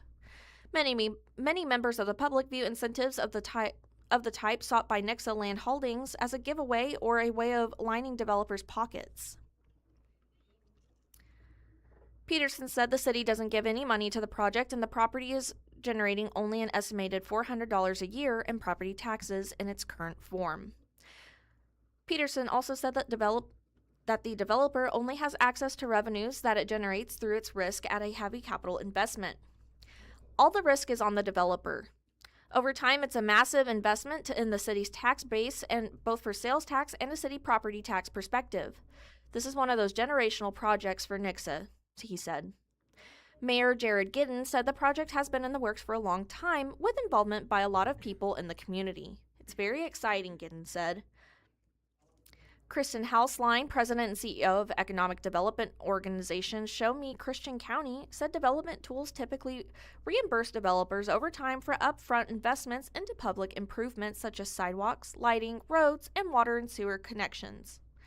The cost to prepare site development and to recruit an end user like retailer are immense, he said. Developers' own financing is typically contingent on having these reimbursement mechanisms in place. The development team plans to request approval from Nixa City Council for incentive programs relevant to development. We want to be as upfront as possible about the realities of development and the request for partnership from the public sector, King said. The finance and legal professionals we've consulted for this process are very experienced and confident in our proposal. We hope to build a bit of trust with the general public about the development process by shedding light on how it works and communicating as early and often as possible. And as the outbreak continues to explode, the explosive diarrhea parasite is in the Ozarks. See how to stay safe. Susan Shuk with the News Leader says that cyclosporiasis is a typical summer illness, according to Cox Health Emergency Department physician Dr. Brian Finke. But you likely know it better as the explosive diarrhea illness that has been in the news recently as the result of a multi-state outbreak. While other states have been hit harder than Missouri, there is an uptick in the state, including in Greene County. 2-3 weeks ago, I don't think Missouri had any cases, and now I think the state is at about 215 cases, Finke said during a July 21st interview. I know Cox's lab has had a couple of cases, and we've referred several more samples for testing here in Greene County that we're waiting for the results on. So what is cyclosporiasis and how does it spread? Well, it's an intestinal illness caused by Cyclospora, a microscopic parasite, according to CDC. The parasite spreads when people eat food or drink water that was contaminated with feces that carries the parasite. Most other common foodborne illnesses are related to bacteria.